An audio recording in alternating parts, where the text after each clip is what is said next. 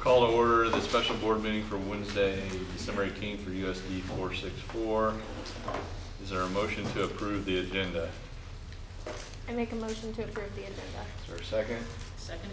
All in favor, raise your right hand. All right, motion carries. All right, we're here for the owner's rep meetings, but first, before we do that, I think Mr. Grattan has a short little announcement. So I'd like to recuse myself from any votes or participation due to a possible conflict of interest and excuse myself from the meeting. Thanks, guys. Thanks, Chris. All right, with that, I would like to welcome our first company here. Sorry, I got to get everyone's name right. You guys are with Affinis. As I think Warren may have explained a little bit, we got 55 minutes. We're not super firm on our time, but we've got two other presentations afterwards. We'd like to give you 25, 30 minutes or so for presentations. We've got lots of 20 minutes or so for questions. I think you've been shared the questions. We'll try to maybe skip through some if you've addressed them or whatever in the presentation, but we'll do that. I'm sure you can all imagine that most of us are fairly unfamiliar with building schools. It's not what most of us do every day. You know, we look forward to your presentation and you know what your firm can do to assist us in this process.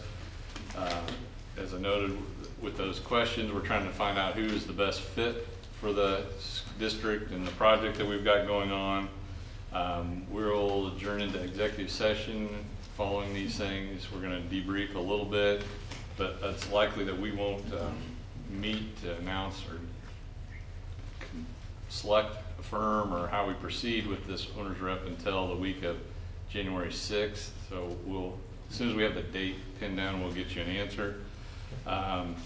In the executive session, we'll discuss the firms, and if from this discussion we learn anything that we need to adjust the scope. If the scope is going to be adjusted, legal counsel suggested if the scope's adjusted and we would like to discuss compensation further, that we need to at least put a disclaimer out there that we reserve the right to negotiate compensation.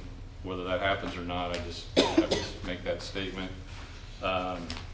Overall, like I said, our goal is we'd like to get a decision made and get someone to join our team as soon as possible, but the holidays put a little bit of time constraints on us. So with that, I'll let you guys have the floor, and welcome to Tonganoxie. Thank you.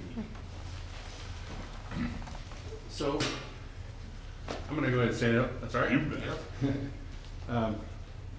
If you'll notice, we don't have a PowerPoint presentation, and we were asked that, but the reason why we don't is because we think it's important that you spend time face-to-face, getting to know us, talking to us one-on-one, and we welcome any questions, comments, thoughts right in the middle of the presentation. So, as more conversational as it can be, we think that's a better opportunity for you guys to learn more about us and learn the answers you want to hear related to what our skills and capabilities are.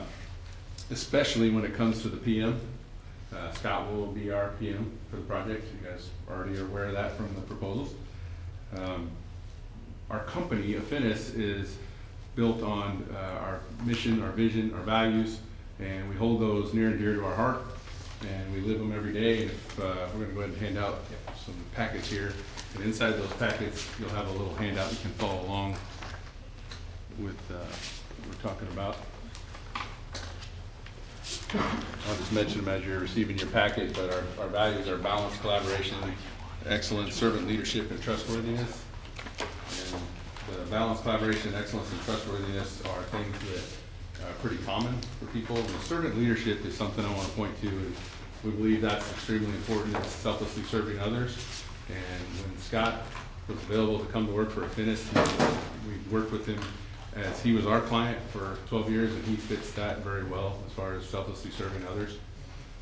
On our project team, you'll notice, I'm going to skip to the second page for 1 second. You'll see a little org chart, and there's we have a group of 6 construction inspectors / engineers, and you'll notice that 2 of them are listed there. John Sanders is our most experienced construction engineer, and Ryan Stobaugh is our PE that can review structural engineering as well.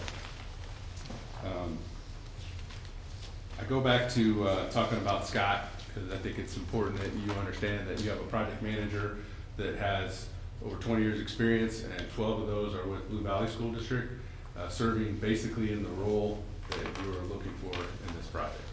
He is the owner's representative, and he's done it successfully for those 12 years. I would also point to, if you go to the third page in the handout, this is Scott's experience at Blue Valley School District.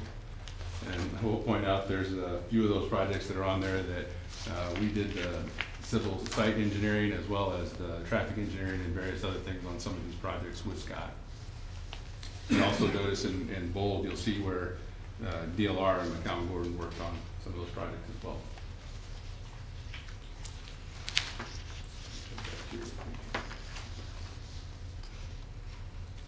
One of the things that finishes, so our vision is we're wanting to move communities forward. We want to make life easier through engineering the best way we can. Scott wants to make your life easier. When he heard about this project, he was so excited because this, like I said, fits right into the wheelhouse of what he does. And to give you an example of how passionate Scott is about serving school children and educators, one of the projects at Blue Valley School District, they were doing a lot of the upgrades for safety in the front of the buildings and that sort of thing. And one of the things they kept finding is, even though the contractor would clean up afterwards, they just couldn't get all the nails up off the ground. And one of the kids actually stepped on one of the nails, and Scott was bothered by that enough that he spent time at home putting together and built basically a magnet that was stronger than your typical industry magnet, and built it up with the pole and everything to go with it. And it would literally, when you roll across the ground, it actually pulls the nails out of the ground so that there's none left to do it, and sent that out with some of his field staff to help, clean up around the schools afterwards and make sure it got done. It's just that type of personality and attitude that Scott brings to the table. Some of the projects I would highlight on there is the CAP Center. That's one that Scott was the owner's rep for, and we did the civil site work around the area there.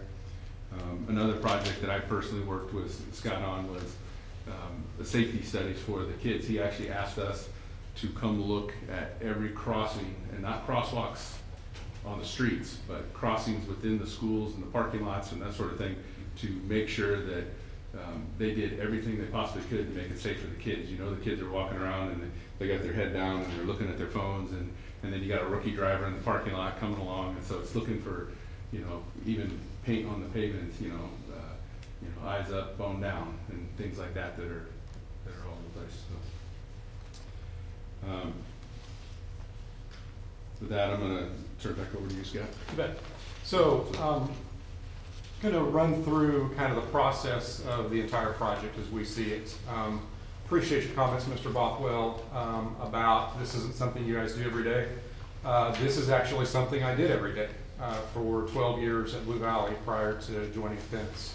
So I'm very familiar with all aspects of this work, from conception of a project, and even before that, trying to define the needs of a project, the scope and budget that might go with that project, what that project might look like, all the way through occupancy of a project, all aspects of that.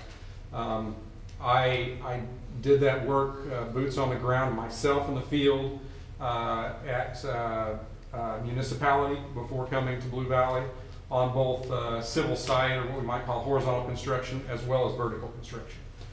So a lot of experience in that respect. Again, I want to reiterate that if you have questions, please let us know anytime through here. We want this to be interactive.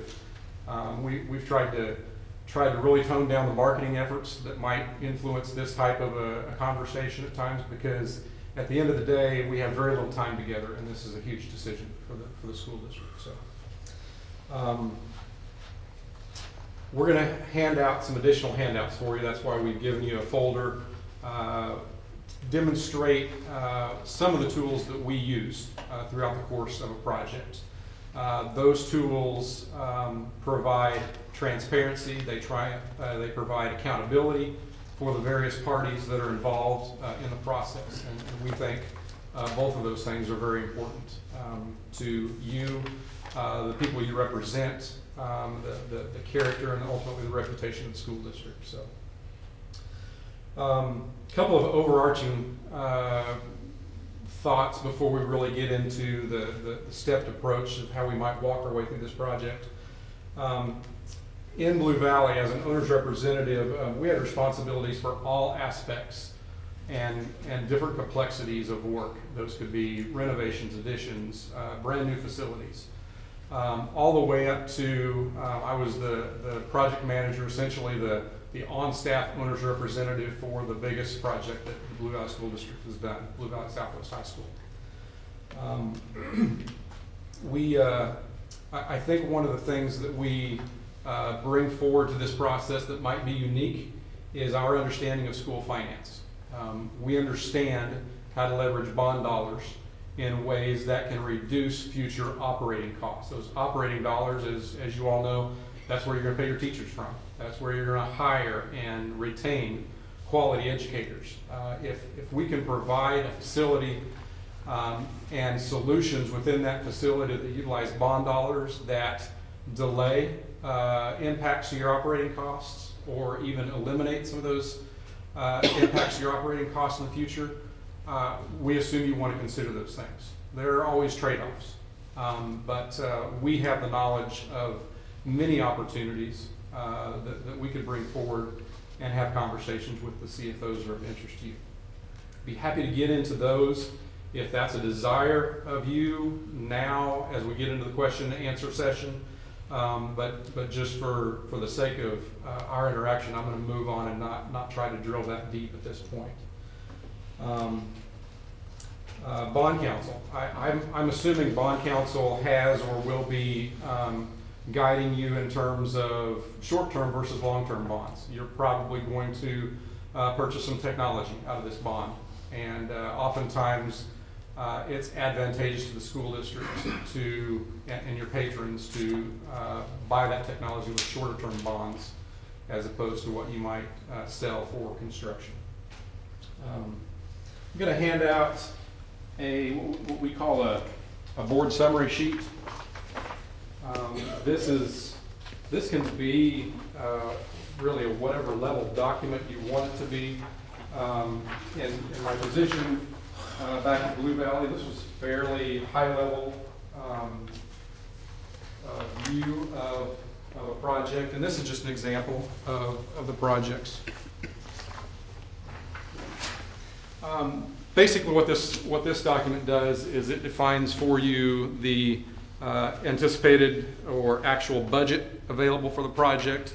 It lays out the costs associated with all your professional services, your construction services, any consultant services that might be associated with the actual construction, all change orders on the job.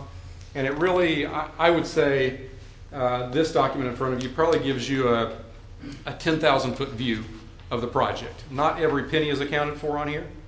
It can be, if that would be the desire, but this is a document that we would give to our Board of Education each time that we brought forward an item that changed the cost of the project. If we brought forward another consultant services agreement, it would be listed on here, it would be highlighted on here, and this whole view of the project would be attached to that document. Same if it was a change order we were bringing forward, and really gives a good view of the entire project. It's a great transparency tool. It's something we can easily sit down with yourselves or patrons and really demonstrate what we've spent money on, why we've spent that money on those items. So I don't expect you to get into great detail looking at that at this point. I want you to have it in case you want to refer back to it later. I want to talk a little bit about the whole project process.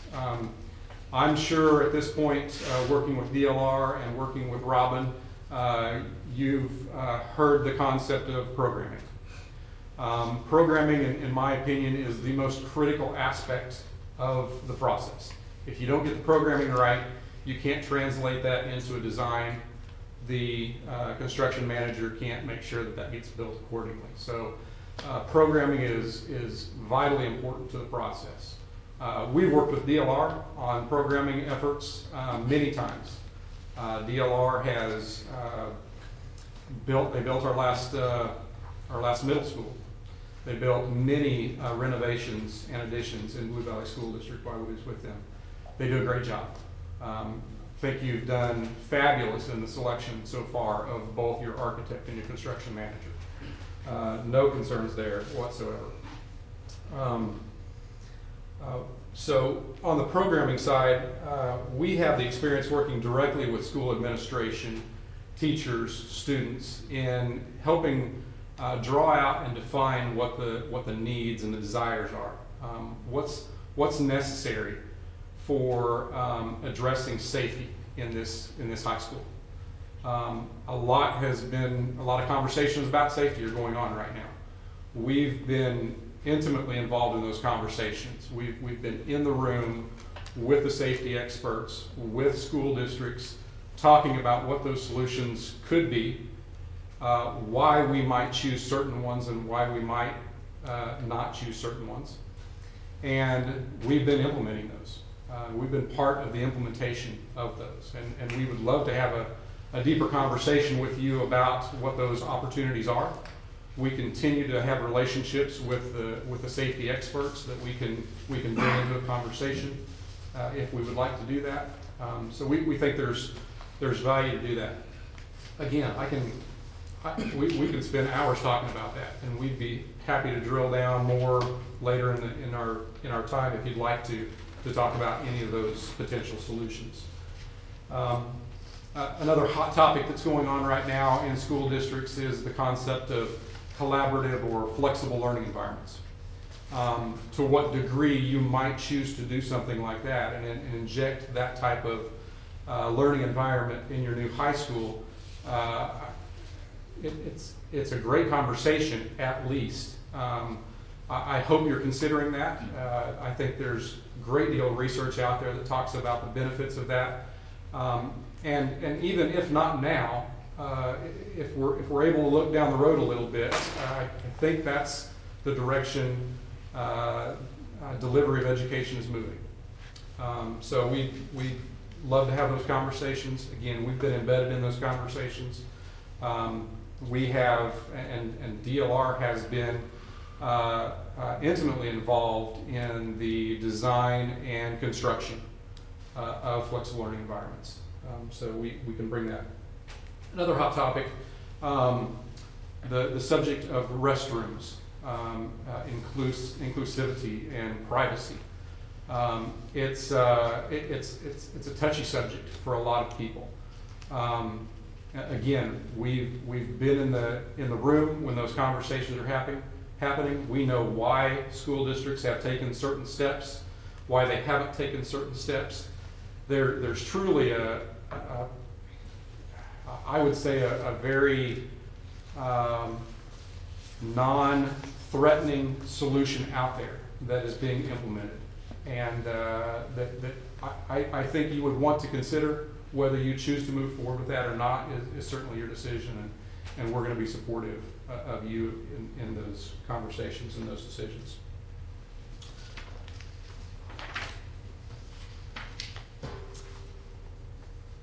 So, sticking on the programming for a minute, being that major component that we recognize in the process, all space planning has to be intentional. We have to consider what the space is going to be used for, who's going to use that space, how often is it going to be used, what type of technology, furniture is in that space. All of that has to be done up front. We have to know those things so that we can define the size of the space. So this is a pre-design effort, and it's critical to getting it right. If we don't get that programming right, there's no way to deliver a built environment for your students' futures that meets the expectations of the educators or administrators. Getting that right, I can't say it enough, is absolutely critical. it would be very unfortunate to spend the kind of dollars that you're talking about spending on a facility and have it open up and say, well, that's not exactly what we wanted. An experienced owner's representative helps ensure that you have all the right conversations in programming so that those decisions, those expectations can be transferred to the architect into design and ensure that those get incorporated into design in the fashion that they were expected at the time that they were discussed. So, moving on to the design. So you have the programming phase, you finish that programming phase, you move into design. We know how to ensure that architects translate that, bring that crossover from programming into design.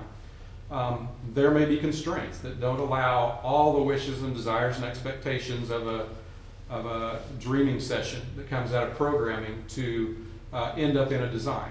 We want to be able to clearly communicate why we would bring something forward, why something might not make it, and not just have those conversations between owner's representatives and architect, but re-engage the folks who were participating in the programming phase and say, here's a struggle we're having.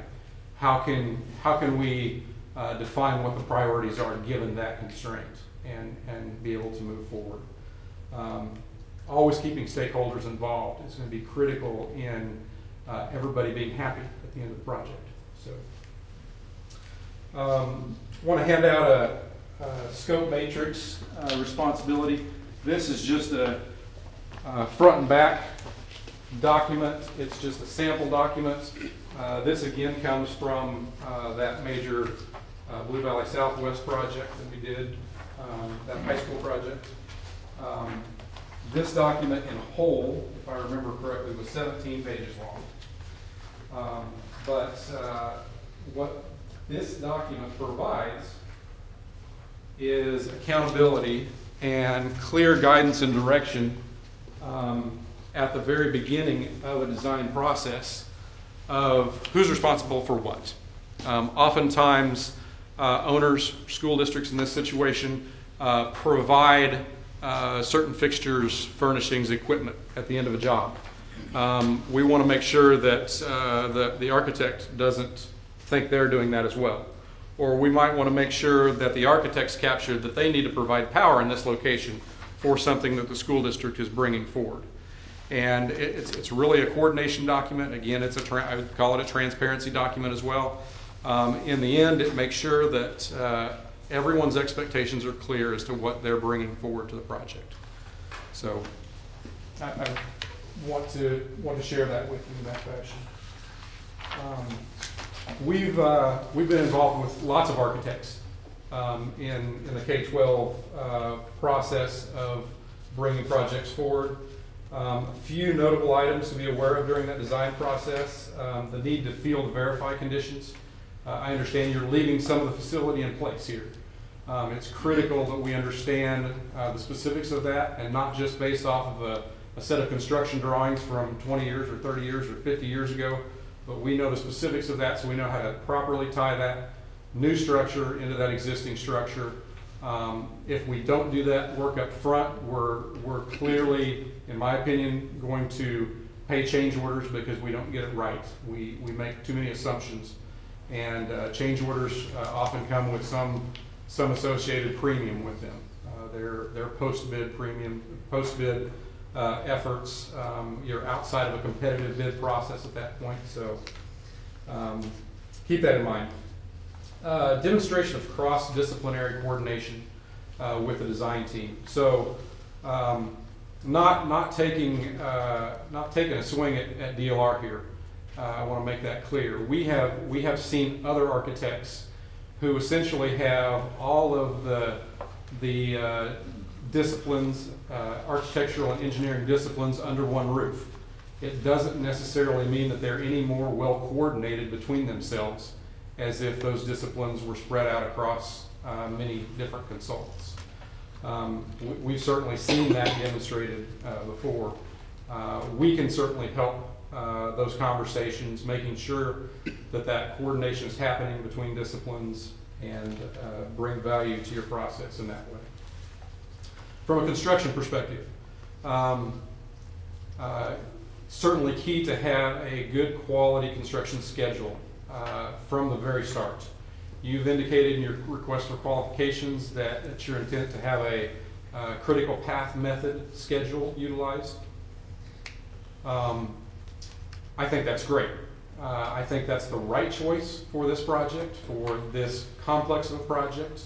I would suggest that also becomes a cost-loaded critical path method schedule. And what that means essentially is this schedule is prepared. It's prepared up front with all the expectations of how the project construction will flow from start to finish.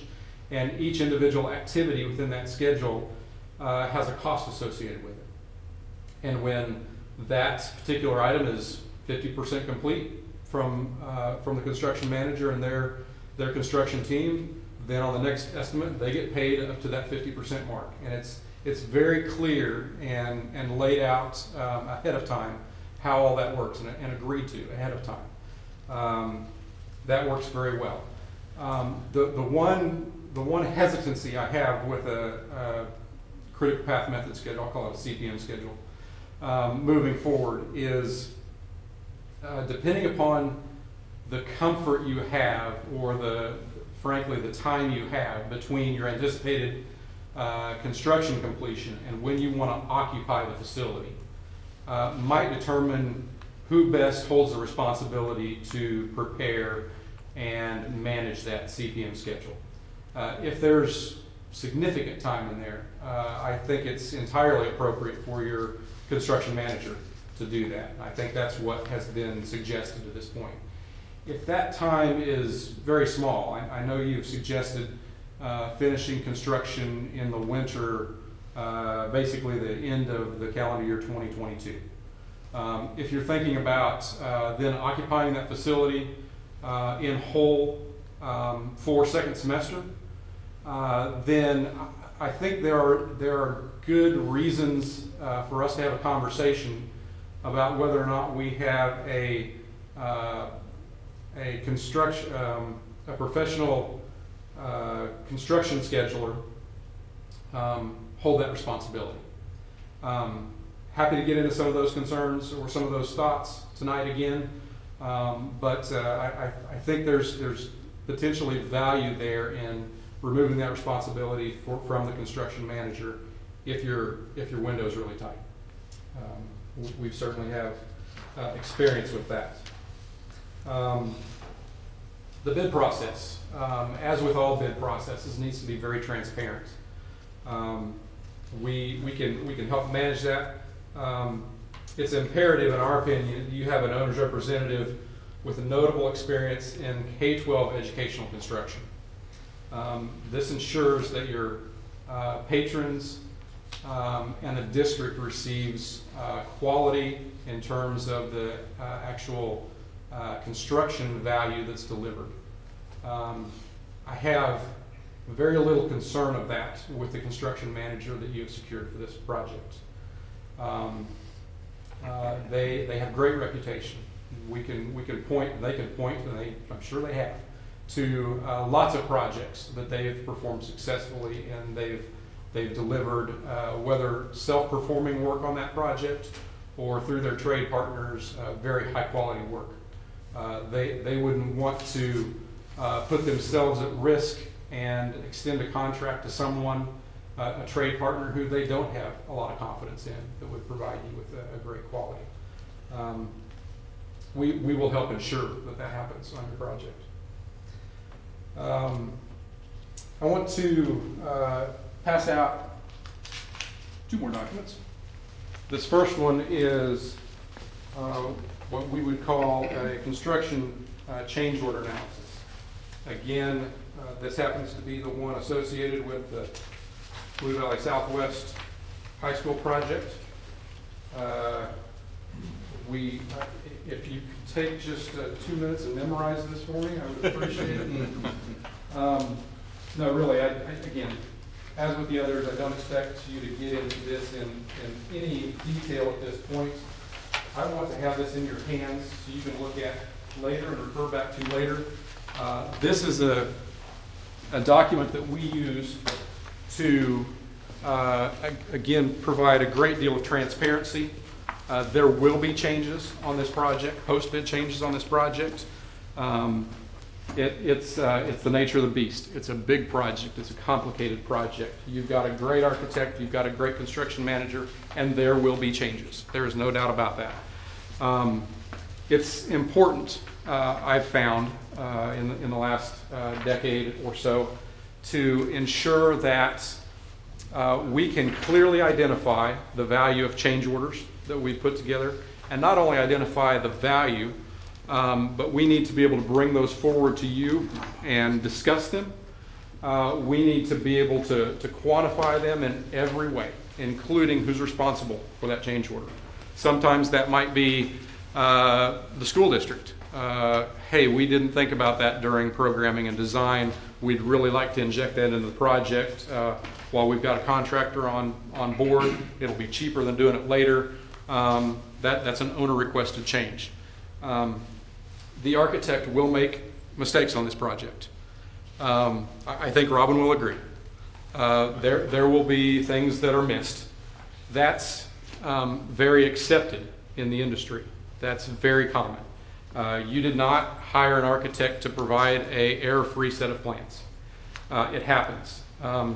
That also doesn't mean that when the architect has made an error or they forgot to put something in the plans that was brought up to them, that doesn't automatically mean that they get to pay for it. And we have, I think one of the things we bring forward to you is a great understanding of the concept of betterment. Betterment is, it's a legal term, and we don't want to get into that in great detail tonight, but we understand the concept of betterment and when it makes sense and when it's essentially required from a legal and industry perspective for owners to pay for things that they weren't expecting to pay for on bid day. There are certainly instances where an architect might get to participate in some of those things. I can give examples later if you'd like of when that might be the case, but suffice to say we have a lot of experience in that, and we can make sure that you make informed decisions about who pays for changes when those changes become necessary in the course of the project. Mike handed out, you did, right? Mike handed out another document. This is an article that came out earlier this month, and it talks about scope change, and essentially post-bid scope change as the biggest cause of disputes that might happen.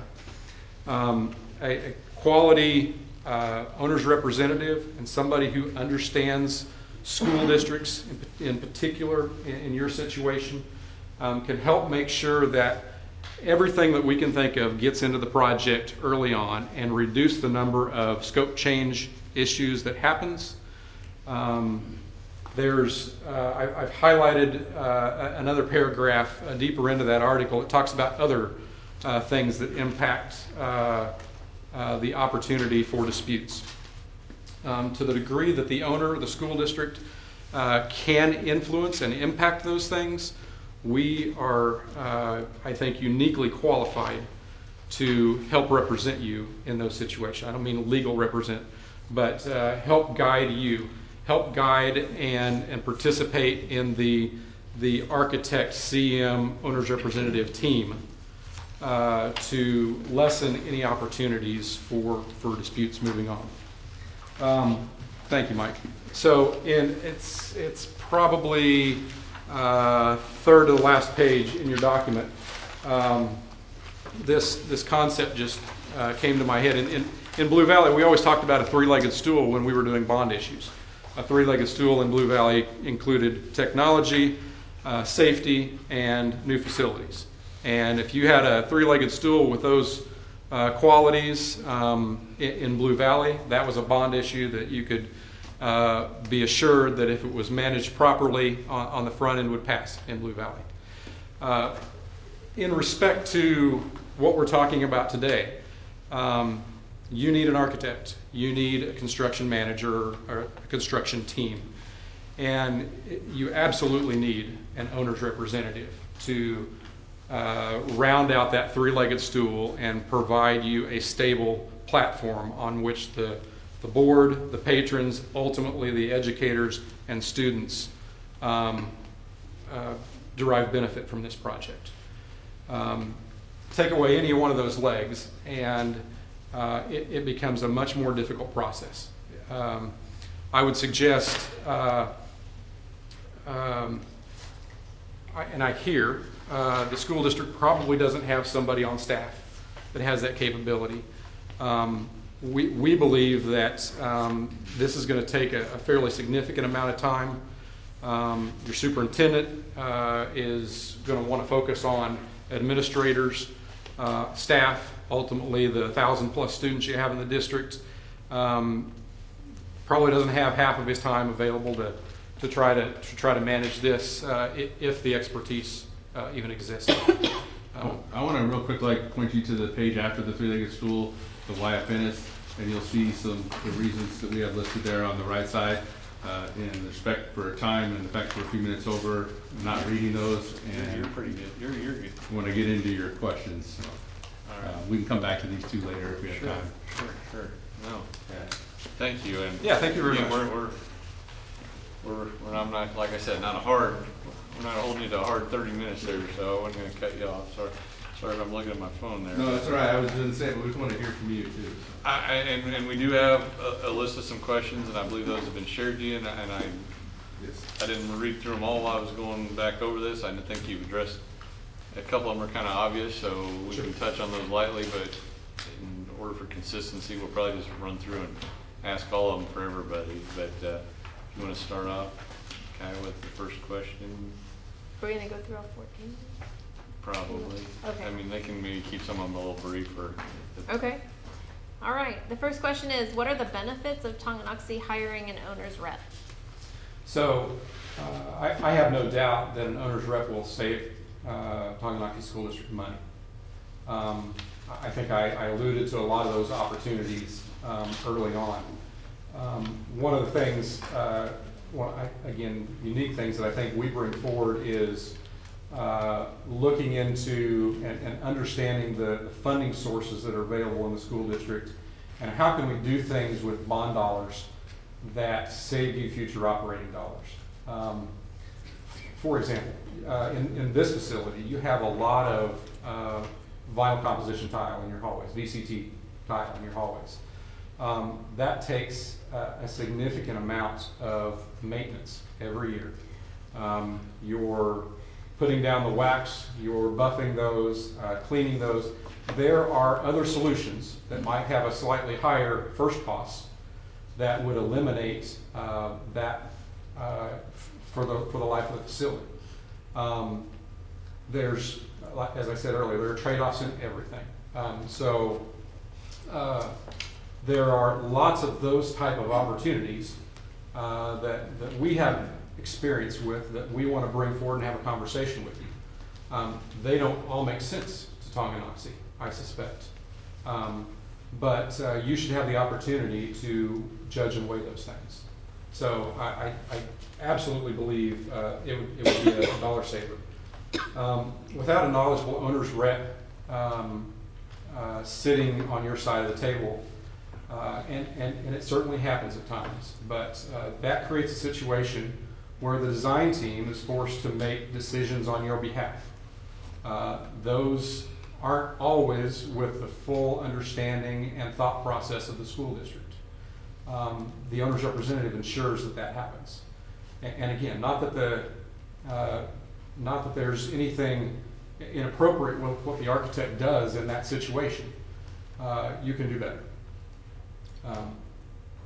I would also suggest, and I put a lot of thought into this because I'm going to throw out a big number here, and I like to make sure that I'm never exaggerating, but we've literally witnessed tens of millions of dollars of solutions, and it can be interior solutions, it can be site amenities that have failed well in advance of what you would anticipate the life of that system would be. That can happen because it wasn't properly specified up front. It can happen because the construction methods, while even potentially are in accordance with the industry standards, it causes failures of those systems prematurely. Tens of millions of dollars, that's a big statement, and I want to reiterate that I thought long and hard about that. That's not an exaggeration. And having somebody on the owner's side of the table looking at those things, how can we write specs to make sure that we're placing concrete the right way, so that it's not failing. Concrete looks great until you get through the warranty period, regardless of how you put it down. That's one of my pet peeves, I guess. Concrete. I'm a civil engineer, so we've replaced so many millions of dollars of site concrete just because of the methods by which the contractor chose to put it in place at the time they did. In Blue Valley, at one point in the early 90s, they were throwing up schools as fast as they could. They had very little oversight. There's a question later on where we talk about moisture intrusion. That was one of the sins that we've been addressing in great detail since that great frequency of facility construction that was occurring in the 90s. I'll answer that now. We have a great deal of experience with moisture intrusion. It works into what I'm saying now. So that's how I answer that question.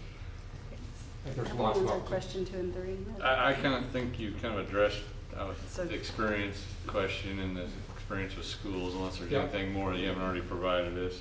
Yeah. So how do your services differ from the CM at risk and architect services we were already engaged? So I would say that all three legs of that stool, again, have different expertise and quality that they bring to the process. The owner's representative is uniquely focused on the interests of the owner. My role in that position would be to make sure that we have great conversations up front. Again, it's back to that programming effort being the key. We need to make sure that we have input from a wide range of stakeholders. This isn't just administrators. This isn't just the superintendent directing this. This isn't just teachers and principal of school. This is, you should get input from students. You should get input from the people who maintain your facilities.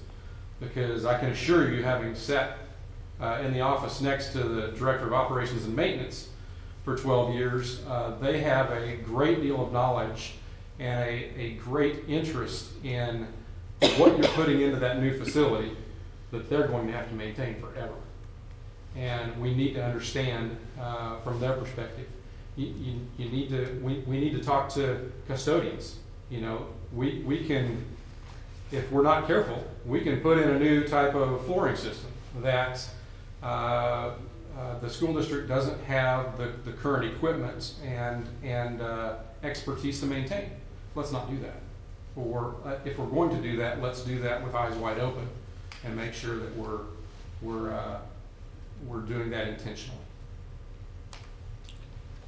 Do you think will there be any overlap in duties and services by utilizing? There shouldn't be, and contractually there shouldn't be. You've made the statement that it would be your intent to use an AIA contract to secure the owner's rep for this. I looked at them, and I'm almost certain you're using an AIA contract for the architect, for the construction manager. Those are all written in concert with each other. They all in some fashion reference each other and responsibilities in the others to ensure that there's not overlap. we would expect there to be a great deal of collaboration and communication between the team members in that. But in terms of true overlap of responsibilities, there really should not be any. Do you use a standard contract? We do have a standard contract that we use. We also work for lots of public agencies that have their own contracts, and we use their contracts. We do have to work with our insurance company, so we have to make sure that we identify certain language and make sure that we're insurable for that certain language. That's pretty much what we follow that. Do I have the ability to? Yes. If you want to take a couple of those, or Because I'm We're gonna off topic. modify Which one hits your one face? of them a little bit.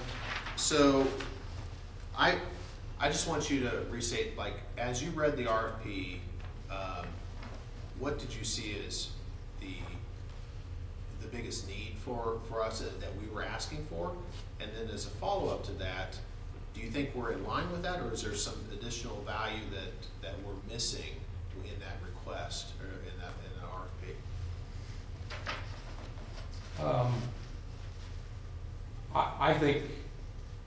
I think you're in line with that. We looked at that, we looked at the services that you're requesting independent of the RFP. What type of time commitment would it take for us to do what we believe is a quality job? And we believe that's lining up very well with your stated expectation of you're going to want at least an average of 2 site visits a week, those type things.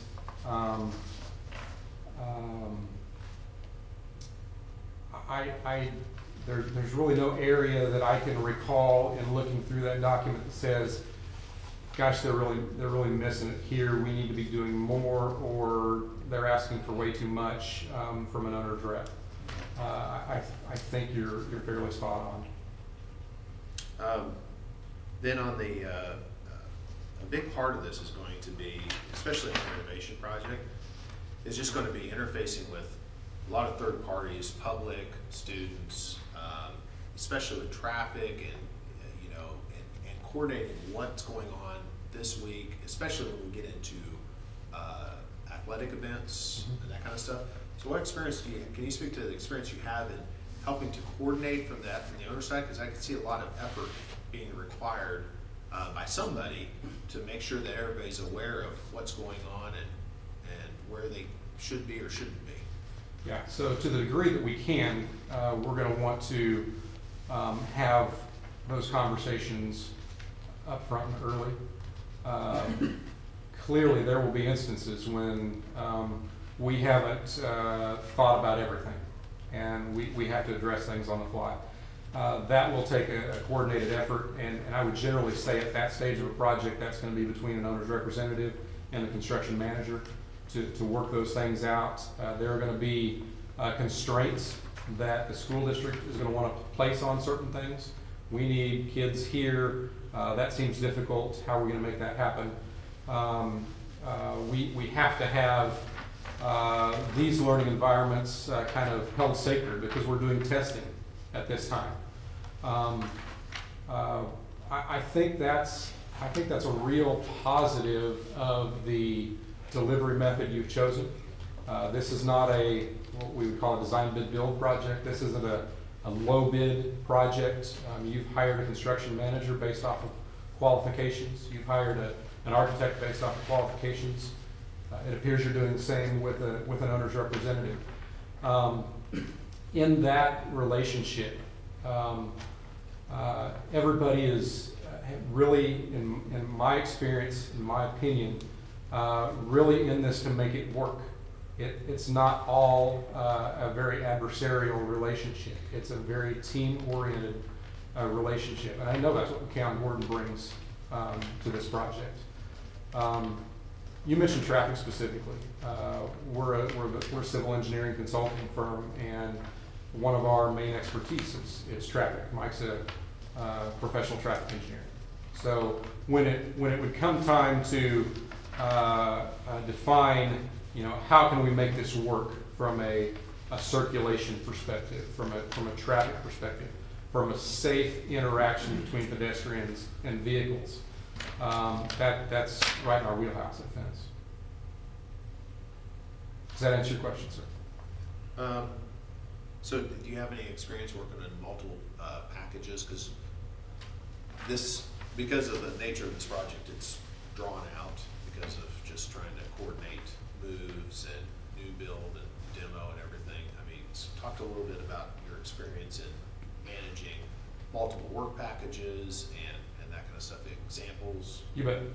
So embedded in the $400+ million worth of projects there that my team and I managed while I was at Blue Valley are 10 what I would call major additions to high school campuses.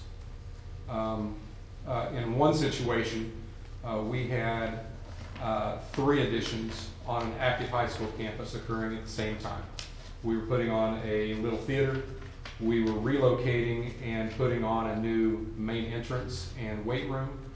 And on another side of the facility, we were putting new science rooms in that were doing dual duty as storm shelters.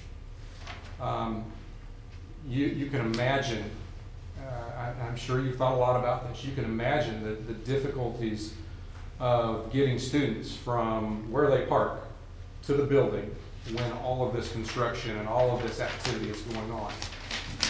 It's a absolute essential part of the job to make sure that we do that in a way that is safe and intentional for students and staff and visitors. We have done that. We've done that successfully. In Blue Valley, our high schools were almost, I would say 4 of our 5 high schools, without exception, were generally approaching 1,600 students. So 6 to 700 students, generally more than what I understand is in your current high school. That doesn't mean those are more difficult, because the trade-off really that I see with your site is it's a much tighter site. It's a smaller site. So we have to be very intentional and very careful from the start on how we indicate how we're going to phase that construction, the routes that students are going to take to maintain their safety, and so that there's not direct interaction with construction activities. And it's I think one of our most monumental responsibilities as we're doing this project. All right, we're rapidly closing in on our time here. I think someone kind of touched on their experience, I believe. I mean, you mentioned the moisture. I guess I would be interested in kind of this number 9. If we hire your firm, what guarantees will stay on budget and schedule? Like what services are included, the visits? Sure. You provided some documents. I don't know if that's special software or anything else we have to buy with that or anything like that. Nothing you need to buy here.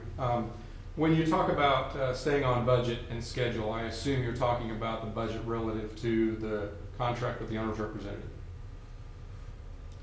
Yes. Yeah. Okay. So what we have offered up to date is a proposal for our services. Again, I think I said that we believe provides the ability for us to be successful as a team, provide a quality end product. We have suggested that proposal as a lump sum. It's an all-inclusive. It includes all reimbursables that might, in some other arrangements, be extras. We understand, I think we have a good understanding of the scope of services that you're looking for, and we have, we believe, a good understanding of what it's going to take from our effort to deliver those to you. Until that list of scope of services that you want from us increases, our cost doesn't increase. That is our cost. You know it on day one. It doesn't change unless you ask for something more. We think that's a pretty simple approach. It allows you to estimate and move forward in a way to know what our invoices look like every month moving forward. On some of the other items, how many site visits? We've mentioned that. I think once we get into construction, we're anticipating an average of 2 site visits. Once we get into construction, we're anticipating spending 50% of my time committed to your project. I will be touching this project in some fashion every day. I don't mean to suggest I'll be on site every day, but I know the required effort from an owner's perspective to be a quality partner in bringing one of these projects to successful completion. And I will be touching this project every day in one fashion or another. I believe that's true even through the design phase. We've suggested in our proposal to you that we wouldn't be spending quite as much time in the design phase. I think we're closer to 35 or 40% effort, 2 days per week, if you want to look at it in those terms. I don't look at it in those terms. Again, I think in some fashion we'll be doing work on this project every day. So, documents, depends on which documents we're talking about. The documents that we've handed out today, there's no special software you need to purchase. We have the software in-house that we can manage. You will own these documents when we're under contract. These will be documents that will reside with you when we're done. We will be responsible for a full accounting of all project documents at the completion of the job. We'll have a file structure of all RFIs, all change orders, all plan changes, original plans, any type of correspondence that happens throughout the project. We'll bundle that up and hand that to you. Not that you won't have access to it all the way through the project, but we'll pretty it up at the end and give that to you for your continued access in the end. Contract reviews, honestly, this is one that I was probably a little confused about myself.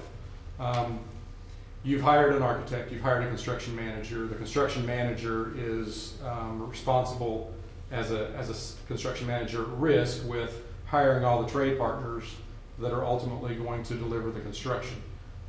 What contracts would you expect that we're going to manage? I would say the way that, if that was to get included, would be more on the making sure, rather than this document right here, scope matrix. Yeah. That there aren't scope gaps or that we don't have things double covered. That the scope is coordinated between the gaps and not only between the subcontractors as well as what the school district is responsible for, and coordinating that not as a primary responsibility because that's the CM, but just as an owner side of things, just for a quality assurance responsibility. I think early on, late programming, early design, that document helps a lot and would be largely a responsibility of the owner's representative to help define who's doing what and where. Yeah. When we get into the bid process of the construction, I know the CM and in their responsibilities to you, their contractual responsibilities to you, they do a great deal of what I call due diligence in making sure the bid documents are clear, who's providing what scope, and once they get bids, making sure that their trade partners have covered the full scope that they're responsible for. The other thing would then be for those items that are, like, I assume that we will have a number of items similar to this project, representative project, where there's owner furnished and owner installed items. For those, we have to be our own project manager on. Yes. So we take the responsibility as the district to make sure that those contracts are let, that they're on there, that we are effectively supporting the overall project even though that's not part of, because if we don't get that stuff in, even if Correct. McCown Gordon's done, we still can't put students in that room and do what we intended to do. Yes. If that's not done. Yes, so, one of the things that we cut a little short to make sure that we stayed within our time frame is a conversation around procurement of furnishings, fixtures, and equipment. It's our understanding that that procurement process would be a responsibility of the owner's representative. We have a great deal of understanding of furniture procurement because of our efforts in Blue Valley School District. We understand, and another value add I think we bring to this project, because we've worked with school districts in that fashion. There are lots of ways you can procure furniture, and there are lots of cooperative type agreements that are in place that not-for-profit organizations can utilize to procure furniture at a greatly reduced cost. There are entities in the Kansas City Metro, there's at least one I'm aware of, that has not bound themselves to particular furniture vendors because of the volume of work they do. They get to look at all vendors and can still get the types of cost reductions that a smaller vendor that might be beholden to a particular furniture vendor can receive. We'll bring that value to the district, and I believe, it's certainly my understanding, that we would be responsible for helping the school district identify what they're going to put in this facility in terms of new furniture, what they might be bringing forward from an existing, marrying that all up, defining what we need to buy, looking into what that's going to cost, and ultimately assisting the school district in the contract responsibilities to secure those items.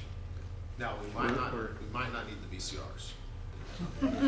We're approaching in on an hour. I might give you like 30 seconds or a minute to just why you want our project to wrap up and include, if you don't mind.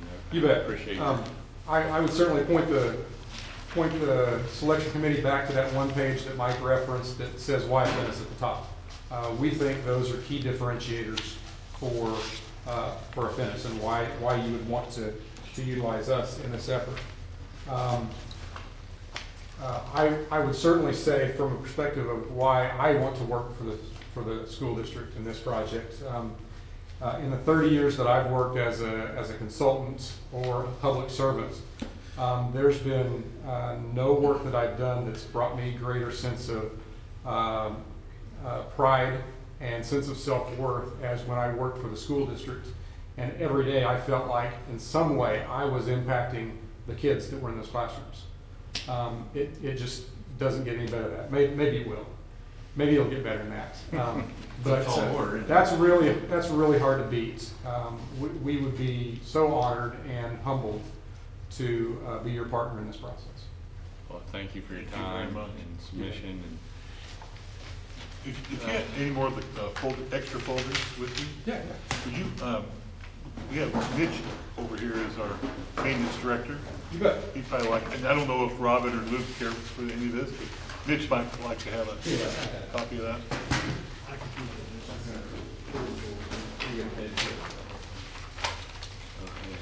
you want to go Yep. get with these guys? Yeah. You may need a break. You're good on everything? Oh, Kai stood up on the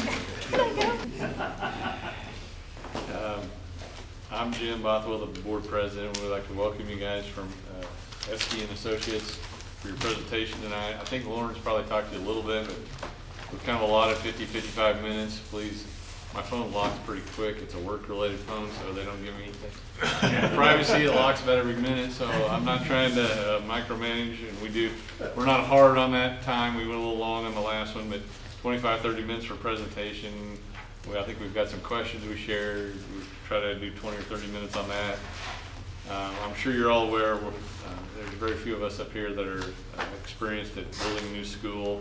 So we look forward to your presentation and how you can assist us through this project. I mentioned we've got the questions. We're looking, really to find the best fit for the district in terms of the project and community and everything. After the meeting, we're going to adjourn into executive session, have a little bit of a debriefing, and evaluate the firms, and kind of maybe take a look at the scope of our project. Since if we're reviewing the scope needs at all, there's a legal counsel suggested if we may want to reserve the right to negotiate on compensation if we adjust the scope or anything. So I kind of have to put a little disclaimer out there on that, whether we do or not. But overall, our goal is to have the board to act on the hiring, of an owner's rep the week of January the 6th. We'll pin down a date and we'll get back to you. Unfortunately, with the holidays and trying to get us all together, so we started to drag it out. But we're going to need a little bit of time. We won't have a decision tonight. But with that, I'll turn the presentation over to you. All right, great. Thank you guys so much for having us here tonight. Bill and I are really excited about this project and about what your guys' plans here are, and hope to learn a little bit more about it from you guys tonight. I'm not much of a fan of just sitting up here and flipping through slides and talking about myself the whole time. So, we want this to be interactive, get all your questions answered, your concerns addressed. So stop me at any time. And just was gonna, for those of you who didn't hear, Bill had a little knee surgery, so he may not stand up. So. If I say something silly, it's just pain meds. Surprisingly coherent. So just want to give a little bit of background on who we are. So Esky & Associates is my company, and I became an owner of the company in 2018. And it was started in 1969 by my father, and we just celebrated our 50-year company anniversary this year, a big holiday party. So it's founded as a real estate development and brokerage company. Lots of different diverse types of projects. Did government office, regular office, retail, residential, multifamily, kind of gone through the whole gamut of things through our 50-year history. Was full service, did in-house engineering, in-house project management, in-house property management, and so that's the environment I grew up around, and grew up around a family company. My mom started working with my father in 1979 and has remained with the company ever since. So that's our history. Oops, skip that one. So fast forward to today. So I joined my parents in 2015, left my corporate world to kind of take the company into the future. I now co-own the company with my mother, and we are a Kansas certified WBE as of earlier this year, so that was a big accomplishment for us. So our focus now, I'm shifting the company into my experience of the owner's rep world, and bringing my knowledge from construction background and growing the company back up to what my parents had once operated at a larger scale. So still dabble in a little small scale development through my father, who's still involved in the company. So do a little background on myself, and then I'll turn it over to Bill to kind of tell you more about himself. But so a little color. I grew up in Kansas City, been here all my life, love the town, live kind of out south. Proud mom of a teenage boy and 2 little girls who are growing and oh so much fun. But like I said, my entire life I've been surrounded by construction around the development process, and it's always been a passion of mine. So that led me into construction science degree at K-State, and finished there in 2005 and moved back home to be a project manager at J.E. Dunn Construction. And so I was there for about 8 years, doing, started at a field engineer level, working out in the field with the superintendents, and moved up through the project management. And at that point, realized that I liked seeing the bigger picture of a project instead of, the focus from the day they give you the contract to the day you turn over the keys. I wanted more involvement than that, and I wanted to help my clients deliver more successful projects because I didn't have control over so many parts of the projects that I wanted to be able to help them with that. So I left J. Dunn and took a owner's rep role at CBRE, which is a real estate management firm, and they have a project management division here in Kansas City. And so I worked there for 3 years before going to Esky & Associates. So been doing owner's rep work for various clients since I've been out on my own with Esky, and yeah. Turn it over to Bill. Short, Well- sweet, so go ahead. Sorry, I'll just, as a little transition, so in our RFP, so Bill, I have Bill on as a senior project manager to assist with the workload of this project, and we do work as a true team. We have a lot of back and forth.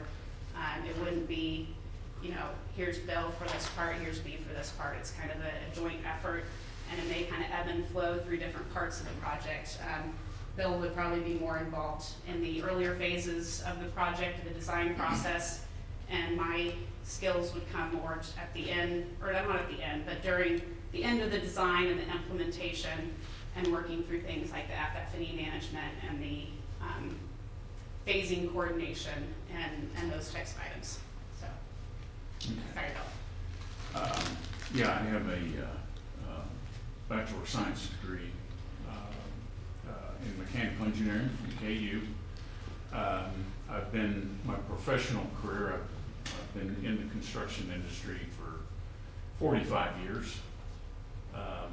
But I've always been interested in construction. I worked as a laborer.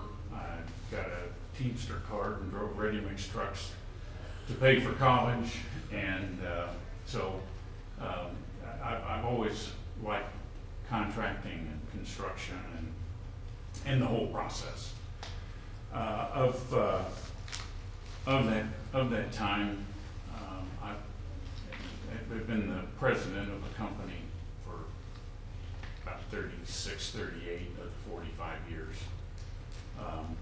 When I didn't know enough and I was young, started a company and had it for 15 years and closed it and moved on to other things. So my experience my experiences in Kansas City, with the exception of about 3 to 4 years, I was working for Midwest Mechanical Contractors when they bought a company in Las Vegas, and I went out to Las Vegas to be the president of that company that they had acquired and grew it up, and then it was time to come home. Las Vegas wasn't home. So other than that, I've been in the Kansas City area the entire time. Have I covered what you like? Okay. So yeah, I think, between Bill and I, we have a collective of 60 years of experience in the construction and owner's rep business. Bill has been acting as an owner's rep on his own accord for the past few years before I kind of drug him into partnering with me on some projects. So, I'm thankful to have him as part of my team. He has amazing knowledge of, as you can tell, focused in the mechanical side of things, which I think is a great asset to have, especially in a project like yours with relocating. As my understanding is, you'll probably have relocating of mechanical systems and tie-ins of new mechanical systems and all those things that he's great at. In the company that I started, though, was a site work or heavy construction company. So it was sewers, roads, dirt, water lines, blasting, all of that exterior. So I'm familiar with running utilities and all those sorts of things too.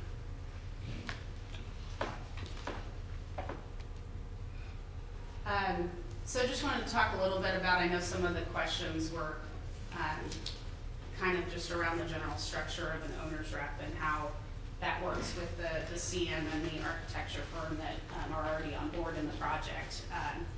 So it sounds like you guys have a great team in place, and you know, we hope that that we can be your owner's rep to help tie all those great pieces together. So this was in our RFP response, but I just wanted to throw it up on the screen here to look at. But obviously, our job is to interface directly with the school district and understand all of your needs, your project requirements, what your goals are for the project, and be that conduit between the school district and the construction manager and architect team.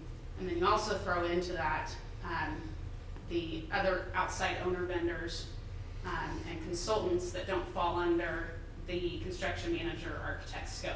And so we kind of bridge that gap, making sure the communication between all of those parties flow together and then flow back up to you guys, while managing, you know, schedules and budgets for all those extra items as well outside of the CM's contract. So, you know, we both have a very, I like to call it a tough but fair approach to management. And you know, I've worked with Luke here before, and he, I think, knows how I work. And you know, beating somebody for every single cent of every single project is not what owner's rep is about to me. You know, being an owner's rep is looking out for the best interest of the owner, and that's not always, it's not always the cheapest thing. There's a lot of things to evaluate in a risk situation.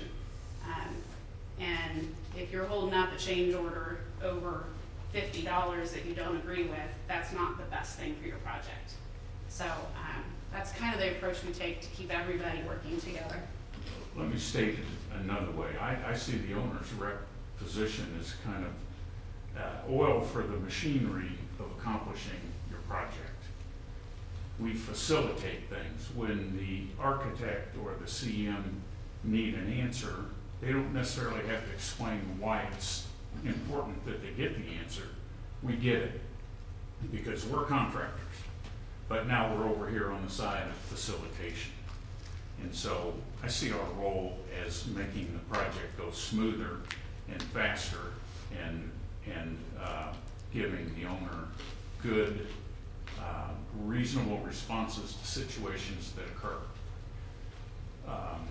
And then to handle the outside vendors and the completion of the project, it's those scopes of work that aren't covered by the CM, someone has to manage it. And it's managed exactly the same way the project's going to be. It's going to be on the schedule and, you know, and budgeted, and that we do budget updates. So I'm sorry to interrupt, but No. I view our role as facilitating the process, oiling the machinery, okay, as opposed to trying to grab the reins and tell everybody what to do. You have CM and an architect, and they know what they're doing. But somebody looks at the whole project, and if change orders are coming in one area, then we're going to have to adjust somewhere else. And Aaron's the one that's going to be able to show you how the dollars are moving around. Okay? Yeah. So, sorry. No, that's great. Yeah. Had another point there, but That was a good point. I appreciate that. Yeah. That's a good point. yeah. So, I have a couple other slides here that are really more intended to kind of ask, to go with, you know, some of the questions that you have and go through. So, I mean, at this point, I guess, just want to have a good back and forth. You guys ask questions, and we'll, you know, fill in whatever blanks we have left open. So, I may take a seat so I don't feel so awkward standing. Sure. Do we want to start in on questions? Sure. I guess I have the first question. It's what are the benefits of Tonganoxie hiring an owner's rep? You went right into my next slide.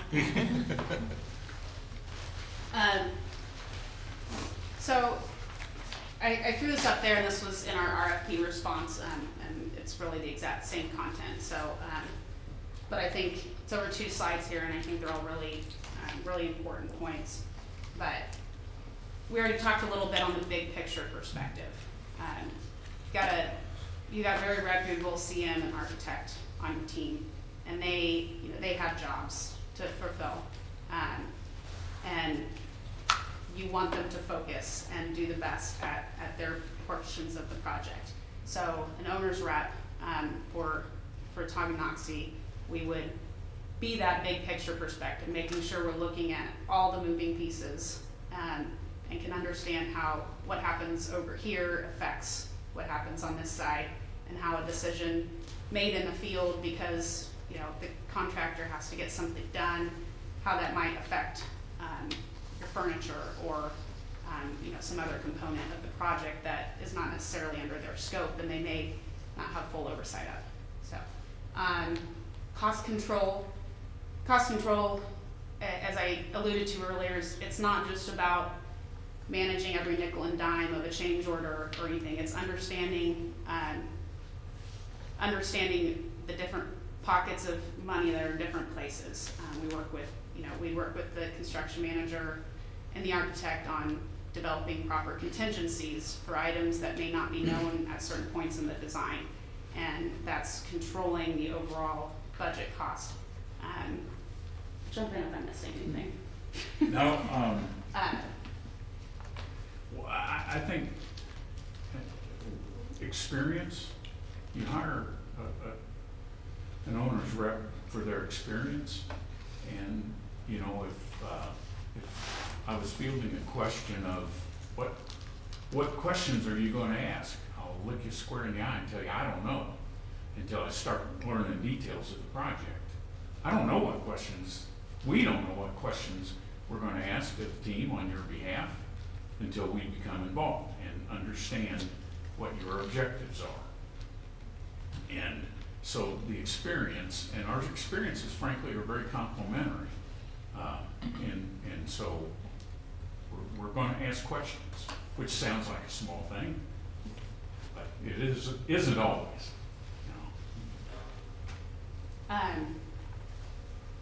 Connections and relationships, that kind of goes to being able to ask the right questions and know where to find the right answers.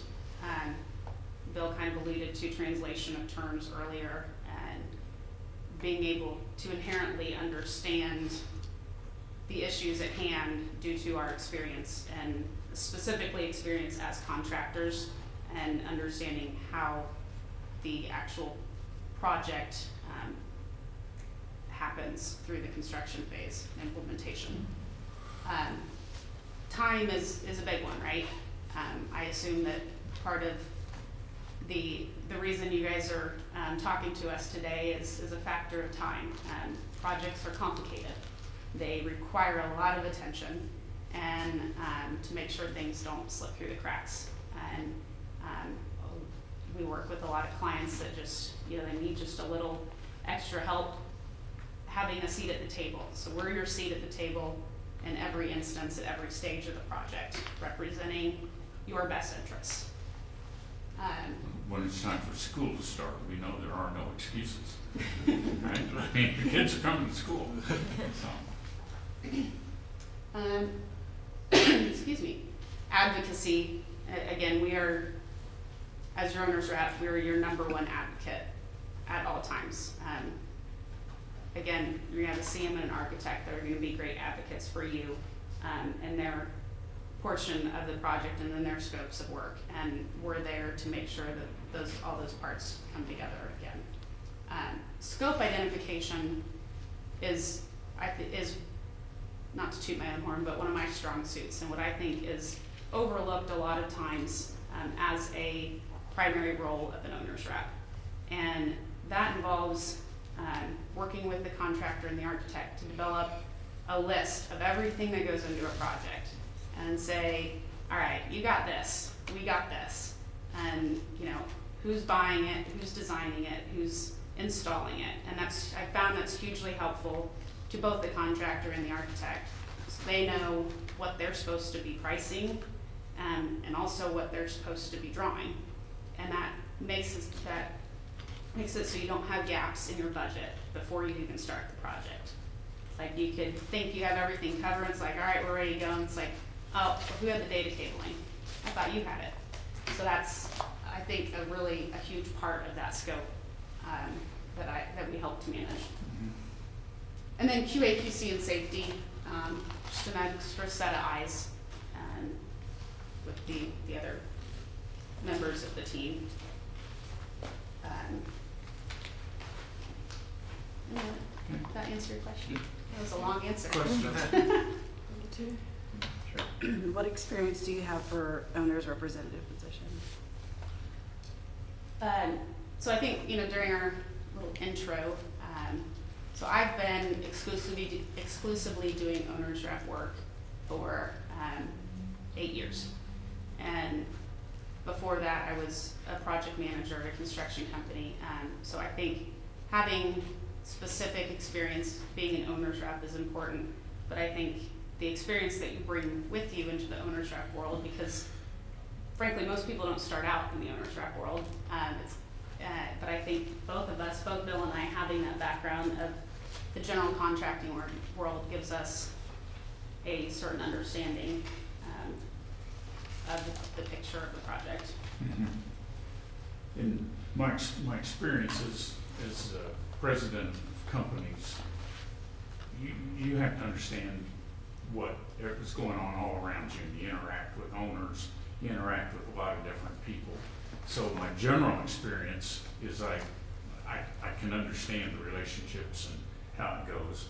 Since I retired, I've done most of the consulting I've done is in the owner's rep arena, and frankly, it's kind of fun to sit on that side of the table, Yeah. But okay. In terms of specific project experience, we haven't really touched on it. I know there was, we had some specific experience in the RFP response, but, right now, my clients for owner's rep have been K-State University Foundation and work for Perceptive Software, which is bought by Lexmark, in Lenexa, AMC Theaters World Headquarters, American Century Tower, and on the plaza in Kansas City. So and also a lot of other smaller projects within those. So had experience both big and small and multiple at one time, and I know how to handle them. What about school funding and budgeting and public entities is a little bit different than the private world. Experience, comfort level and experience with that? So a lot of the work I've done for the K-State Foundation is funding-wise very complicated and not anything like the public world. So I have a very good understanding and very good ability to manage complicated budgets and complicated funding methods. I've done several bond-funded projects, not school bond projects, but other type of bonds, so I understand the reporting requirements and the draw requirements that come along with that type of work. And K-State being the foundation being feeding the educational institution, I'm around that environment a lot and understand those needs. And Bill's worked with a couple different school districts. In Las Vegas, we built a lot of schools and also school remodels. I think we one summer remodeled eight elementary schools to the tune of $20-some million in 3 months. Most of the hard work, frankly, is on the front end, understanding the funding sources and setting everything up so that your processes work, and then the rest is get it built. I've been on, I was an original board member of the Blue Valley School Recreation Commission, So I worked a little bit in that environment of funding and using tax dollars and that sort of thing. So, And you did work on the Blue Valley. and then, yes, and then my company did quite a bit of remodel work for Blue Valley School District over the years. So Phil's got the school experience. Yeah, yeah. Yeah. You want to take the next question? How do your services differ from the CM at Risk and architect services we already have engaged?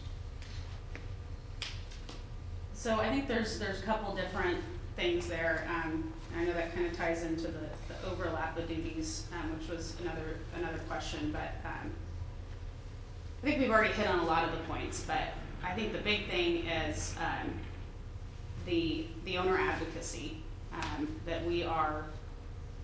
that is our only role, is we have no other conflict of interest in the process other than making sure that we are fully understanding what you need and making sure that every decision that's being made throughout the design and execution is based on those needs. And not to say that the rest of the team is not, but again, they have their scopes that they're focused on, and sometimes it takes that outside voice to just say, hey, remember this, or let's rethink this a little bit. The big picture perspective that we're talking about, managing that master budget, the master schedule, the other vendors, helping manage all the other vendors that don't fall under the umbrella of the CM. And yeah, that's. Well, to restate, our duty is to the school board in the district. That's where our duty lies, and wherever that takes us, it takes us.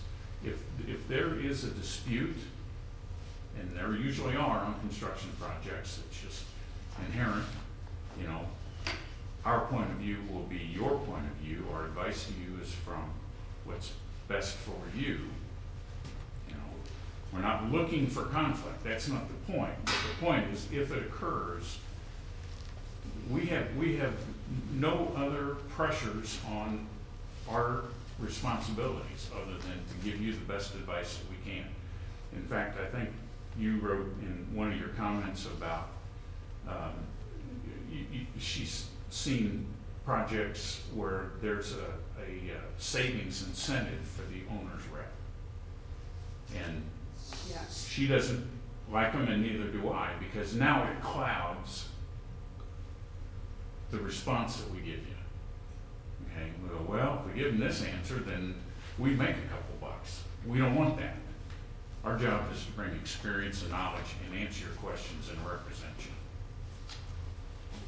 Okay.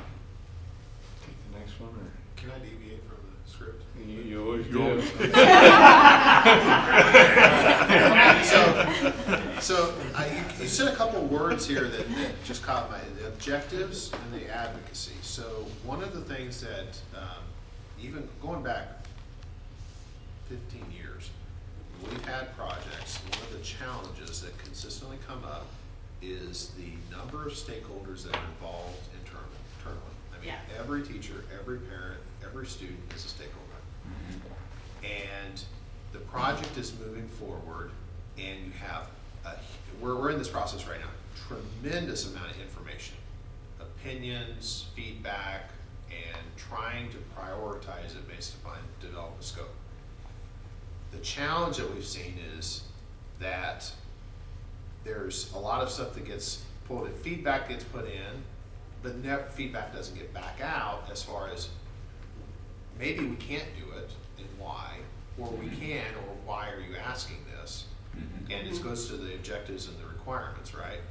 So what is your method, or how do you manage that as far as capturing those requirements and making sure that everything is closed out? Like, even if it's not to what people wanted, but at least it's been addressed.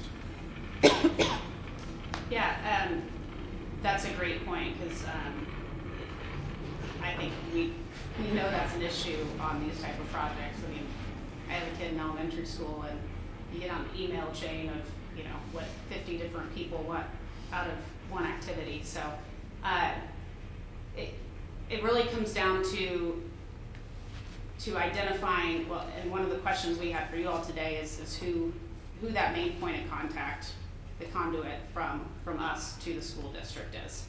And lucky you. So you have to manage and note all that feedback and compare that back to what the budget is based on, and analyze, you know, is this a want or a need? Does it fit with the original intent of the program? And is it in fitting in the scope of the original program? If it's not, then it's bringing it back through the conduit of saying, all right, here's the list of the things that are not within that original program. They're not going to be in the CM's budget. So you need to make a decision. Do we say yes to this want or this, you know, and find a way to take away from something else? Is it that important, or you know, is it just a want and we have to, you know, eloquently address that in another way? So and speaking plainly, which I have a habit of doing, I feel like we're already a little behind the curve because we're addressing this the initial planning sessions with the CM and the architect, and I'm sure you had stakeholder meetings have occurred, and we haven't had the opportunity to hear. So, you know, I'm going to turn it around and say, you're going to have to bring us in, you know, and we'll do our best to help you not drop the ball. Do a good job of listening, analyzing it, and then giving a response. As Aaron said, you can't do everything for everybody. We get it, but they at least deserve an answer. Here's the reasons why, and I think we can help with that a lot. But at the moment, it's really kind of cloudy over here for us. We don't have a lot of detail yet, but if you involve us in it, we can sure help you with it. I don't know if that's answered the question. Yeah, and to that point, it's, you know, this relationship between owner, entity, and the owner's rep works best when there's a very open line of communication, and we know everything that you know, and you know everything that we know, and that really brings us into the fold and helps us make the best decisions and bring you the best advice. You have systems or processes or software or standard reporting or something you use to track and get all this communication? Not for that specific situation, no. I mean, it would be, you know, developing something specific to the needs of that, you know, through an Excel formatting. You said Excel, that's all. Yeah. Sorry. Well, it's, you know. No, that's what it always ends up being. Yeah. I mean, I'll be honest. No, I know there's a lot of sophisticated project management tools out there.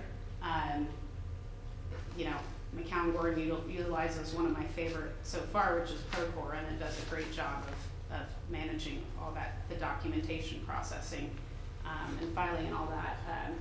But what I've found as an owner's rep is every job is so dramatically different. The budget's different, the owner's requirements are different, the funding is different, the scope is different. I have yet to find a budget software or a tracking software that works. When I was at CBRE, we used a very expensive, very flashy budget management tool that didn't work for any of our clients. Because it was the amount of time spent doing supplementary reports to give them the information, the feedback that they wanted, didn't work with it. So I actually sat down and developed my own multi-page budget system that can be tweaked a little bit here and there to get, for the project, to get that on the budget side. I do have a I do have a tracking form. We were talking about the scope gap issue. I have a form that, again, is a standardized form that has to be tweaked for every project because the scope of what is included in every project is different. So it's having those tools that you can adjust or get. And I guess I'm gonna say it a little differently. We can be very flexible. You bring us on, you let us see what the issues are. We can do something as simple as like an RFI tracking system that we're all familiar with, you know, but it will be whatever you want to name it, tracking system, you know, and if the issue comes up, you track it through the program until, you know, it's answered, you know, and you can put a button on it, but it'll be a custom answer, but we can do it.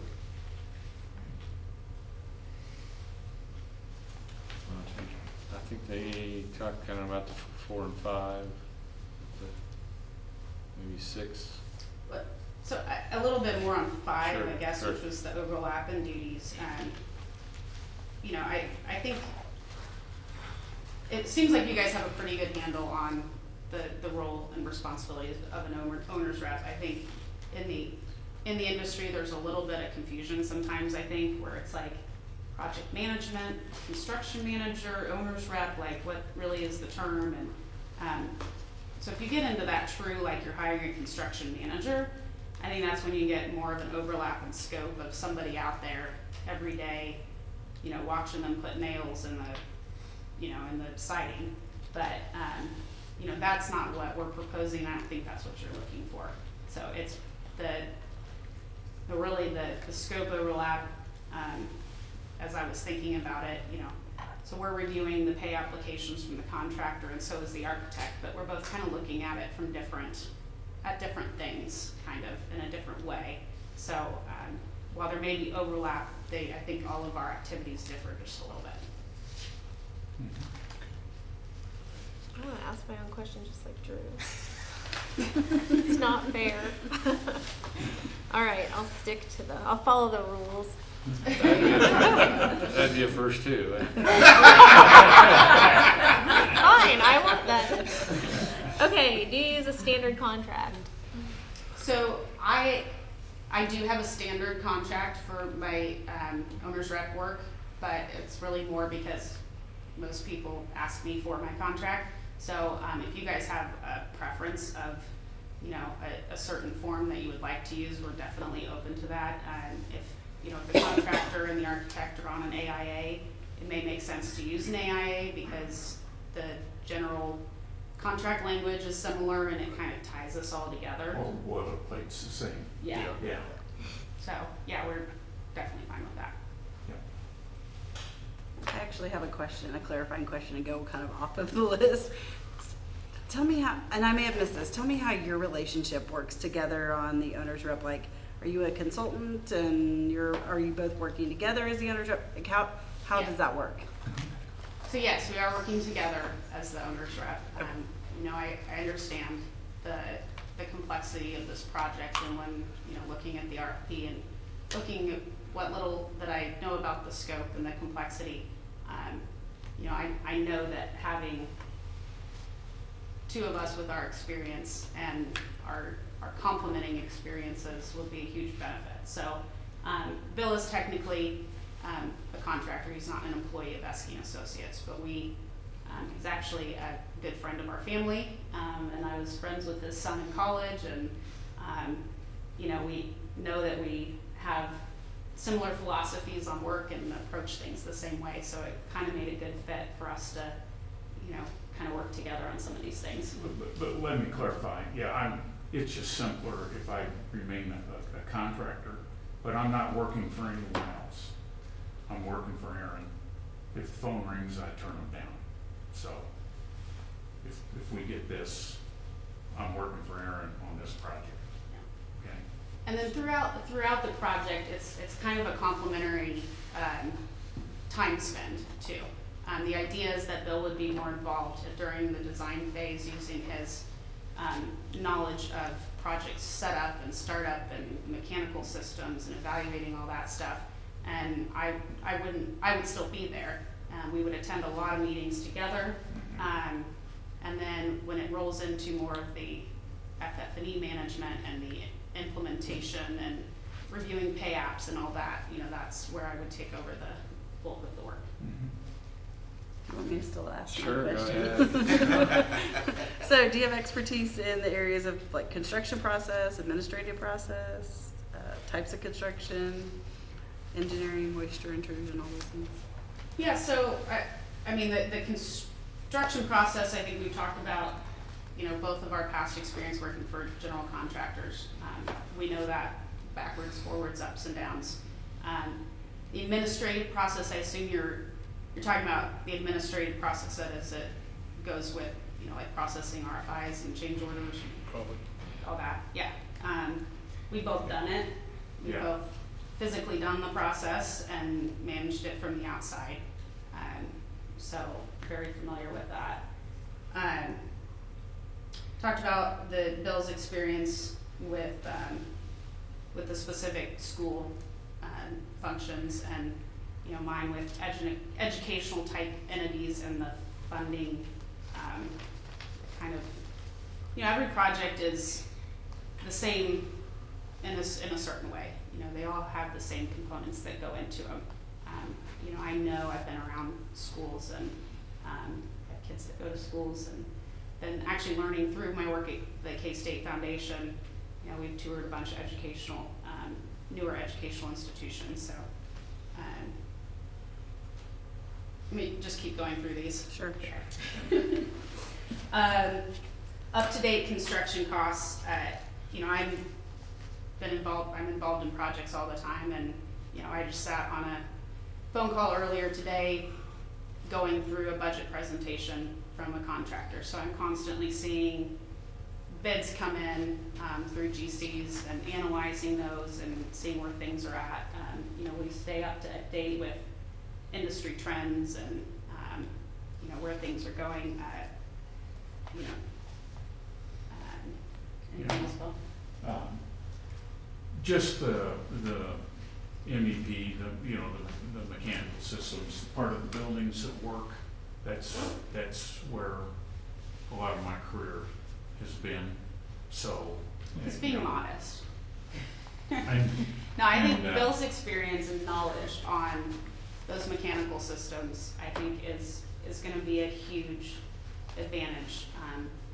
Yeah, there's a lot of ways to skin the cat, and my job isn't to overturn the apple cart, but maybe to ask questions, you know, just to understand why certain selections were made, and maybe there's some enhancements.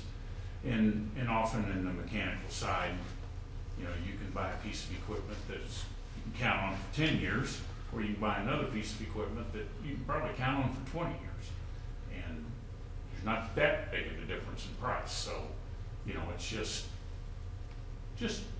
asking questions, but experience in that arena.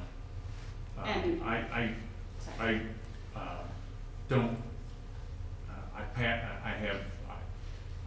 passed and have the mechanical competency. I passed the mechanical competency test. It's a national test that's a precursor to being a licensed mechanical contractor. All my career, I've had people that work for me that held licenses, but I thought, what the hell, I'll take the test. So if I'm not being, Any pass. you know, No offense, Bill. Shouldn't have So, and why that's important though is such a big slice of the pie construction costs are related to your mechanical and MEP systems. And that's, a lot of money can go away really quick with those systems and the decisions that you make with that design. And so having Bill be, you know, partnering with, working with the engineering team and your guys' team, your maintenance staff, your will be a big part of that. So, and then if something seems odd, we have lots of contacts in the construction industry that we can reach out to, you know, double check things outside of You know, if there's a question or concern about something, we can utilize our experience in contracts. Value engineering, yeah, I mean, I think every project anymore, there's some level of value engineering as you go through it. So we're both very experienced in that, and understand that value engineering isn't always finding the cheapest way to do something. Value truly means value, and it's evaluating if it's worth spending more for a benefit on the other side of the table, and finding a different way to do things, not completely changing the program or changing the design. Also, my opinion is that true value engineering occurs in the first 20% of the design cycle. After that, things, you know, the program gets set and you just start buying cheaper stuff. At some point, it just becomes scope reduction, Yeah, not really. Yeah, yeah, yeah, and there is a So- true difference, yes, yeah. yeah. Yeah, that or just take stuff out. But Yeah. early on is where the real value engineering opportunity Yeah. is, early in design phase. And then so the last one was moisture intrusion, and I think Bill, you had a question on that one. Well, that's kind of an interesting question. Are we talking about moisture intrusion from a leaky roof or from, is there a mold issue? I kind of turned the question around. What drove this, you know, so we could. I Googled it. You Googled it? No. Man, that Google algorithm. What would you say, Luke? I'll put Don't you on the ask spot. him, he's gonna build. They addressed the moisture intrusion. I think it was just the setup of the project, wasn't it? And then Yeah, I think so. When we've talked before, ensuring we have a really well-built building, right, is really important all the way through. And so to do that, that takes a really strong effort from your design team and construction team, right? And so, in conjunction with that, the question might be flipped: how would you support that process? Gotcha. Okay. How's that? Okay. Thanks, Luke. So, you know, I've worked with in McCown Gordon before, and honestly, I think they are one of the better contractors out there in terms of managing that process and those details. So I understand, actually, I really do understand their internal processes for quality control and moisture management, because I've worked through it with them on several projects. But it's looking during the earlier you do it, the better, right? It's kind of the mantra. But during the design process, really understanding where in the building you're going to have these funky details that are, you know, opportunities for water intrusion, and getting the team together to talk about it. You know, it's the steel guy, it's the window guy, it's the stone guy, it's the framing guy. All those people, the roofer, when it's a roof detail, all those people have to come together. And you know, we've sat in and had meetings with subcontractors during the design process, key subcontractors, to get their input, you know, their specific expertise on some of these tricky details. And then, you know, the quality control during the construction, that I think falls on all the team members, on the contractor, on the architect, and on the owner's rep, to everybody be looking out for the how things get implemented in the field. But we've worked through, I've worked through water problems on just about every job. Unfortunately, you pay a lot of attention to them, and you know, you live in Kansas. You get those sideways winds, and they're gonna find a way in. It's inevitable, but so it's just keen problem solving at that point. So, okay, well, where is it coming from? Let's think this through. You know, get water tests and do those things. One thing that came to my mind stuff, because I kind of went everywhere. But besides the building envelope, which we're addressing, the Yeah. roof and the windows and all that sort of thing, moisture intrusion, I equate with mold. And I've seen some real issues in locker rooms and even in regular bathrooms. If the chasers aren't ventilated, you know, if the air's not allowed to move. But the locker rooms built in basements are the worst, you know. They're just a bear to keep the mold out of. So. It's designing that, making sure the Designing it design so is- that you've got enough air movement Yeah. that you don't build up mold. And that goes for building envelope as well. Sure. The ventilation within, you know, wall systems and, Right. detailing those out properly. Right. Okay. Do you have the resources to manage this job? That's why we're here. Yes, we Yeah. do. Fits in We your do. schedule? Yeah, we're looking forward to it. You know, Bill's gonna be back to full motion here in a couple weeks, so, that's a couple weeks. That's a couple weeks, You a know. few weeks. Yeah. No, Bill has limited mobility until about, what, third week of January? Yeah. But, you know, yeah, otherwise it's, something we're really looking forward to and excited to tackle. If Tonganoxie is to hire your firm, is there any guarantee that you will help stay on budget and schedule? So, I already kind of stole that from Thunder, but go ahead. you did steal my thunder? No, Oh. go ahead. Okay. Oh, you told my story. Yeah. So, you know, in terms of owner's rep guarantee, you know, I've never been asked that, and, you know, don't think that has ever been asked before.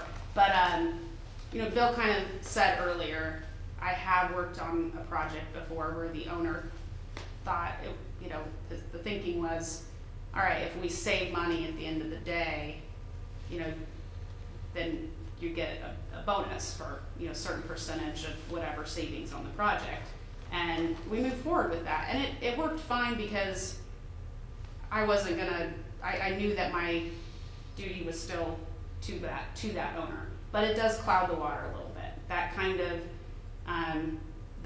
play off, I know that's not a guarantee, but it takes away from the total independent view of the owner's rep. Yeah, well, and the fact of the matter is, we don't, although we're gonna participate with, we don't control the CM or the architect. We don't control them. We're gonna observe and talk, but they work for you. But the parts that we do have influence in are the other things that were on your slide, you know, about the FFE and other vendors and stuff that fall under our responsibility.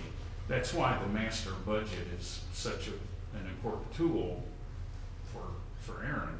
So as the dollars move around and we contract for things outside of the CM, we plug in hard dollars into that budget. There's no guarantee there, but it's a very open, transparent process about where the money's going. Okay. And our biggest ability I don't want to say control, but to manage and control the budget and the budget of the project, as we alluded to earlier, is the earlier the better. You know, it's that early stages when we can manage risk. A lot of the terms of the cost control, I assuming are in the CM's contract, in the architect's contract, in terms of, you know, how much construction contingency they get and the architect's, you know, errors and omissions claim, that kind of thing. So our role in guaranteeing the budget is getting involved early, making sure we set up proper parameters for cost control and contingencies to handle risks where needed. And then release contingencies. Yeah, release When- contingencies when we all save a when we bunch get of hard- money and you wanna When we get hard numbers, and, yeah, buy all the extra fancy things that Yeah. you need out. yeah. We've got a lot of details on that question, but we're kind of approaching 55 minutes or so. I don't know if there's Okay. a more important question left on our list or. I just, real quick, related to the schedule side of things, I could see a need to get involved with coordination and pool planning and scheduling. I mean, do you have that experience to be able to help facilitate that? I mean, obviously that's a CM's primary role, but just to help coordinate, What, I'm sorry, was it? pool planning, pool schedule, pool planning. Oh, for phasing of Phasing, the yeah. different moves and stuff, yeah. So I haven't really talked about specific project experience that much, but a lot of my work over the years was done in occupied buildings. The biggest one of which was Richard Bowling Federal Building in downtown Kansas City. Is 1 million square feet of office space, and we went in and renovated six floors, and we renovated top to bottom and everywhere in between, but that phase was 6 floors. So we'd go in, we'd move somebody off, we'd demo a floor, and we'd do our work, and then we move somebody back, and then we move to the next floor. And so it was this whole move, and at the same time we redid the cafeteria and the health center, and so a big part of my job on that was scheduling all those moves, communicating that to a building full of government employees, and also abating asbestos in every floor at the same time. And so I call you every day saying, there's asbestos on my table. So you can't see asbestos. But, so yeah, thank you for pointing out, because I left that out. But yes, I see that as a big part of our role. I might just let you wrap up then, just one more time, touch on kind of why you want to work on our project and what you have to offer us. And we kind of hit on it once, but let's recap. Well, I just threw that up there because the summary of services, just real quick, that was pulled from our RFP response. So I think we've hit on a lot of the things. But the big picture is that we are here to support the school district and the stakeholders of this project. So if there's not something that's listed on that list of roles and responsibilities, that doesn't mean that it's excluded. We are there to jump in and fill the gaps and fill that need. However, that need may develop within the project, barring adding a whole nother building to the scope of work. But, so that's, the RFP had asked for number of hours assumed, so I responded with it, but it's not how I look at our role. It's not a certain number of hours a week. Some weeks it may be 4 hours, some weeks it may be 40 hours, but it all, balances out. And that's why I think Bill and I, as a team together, can really be there to be that consistent force behind you. Well, I think, we ought to be hired because we have the experience. We're not blowing smoke up here. We know how to build things. We know how to help you build things. Our duty is to the board in the school district, and we're not confused. We know what we're here to do. The earlier we get involved, the more we can mitigate risk, whatever that means, whether it's schedule or cost or whatever. It's another set of eyes, and I'm sure the CM and the architect don't mind another set of eyes. Let's all look at this together. Let's solve this thing together. And then the communication piece. Once we get on board, we'll figure out where we fall in that. But more is better than less. We want to be we want to be in the loop with what the design folks and the CM are doing, but also in the loop here. And I think we can help you facilitate communication. So those are I think the 4 things, big things that we bring. And just closing statement that we do want to facilitate and not impede the process. That's what we're here to do, to help you guys facilitate and move this thing along, make it easy and painless for you guys and your the people that attend the schools and the teachers and everybody that's going to be impacted and affected by the work. So with that, I want to say thank you again. We really appreciate being asked to be here and meeting you all. So appreciate it. Thank you for It'll coming be tonight. fun.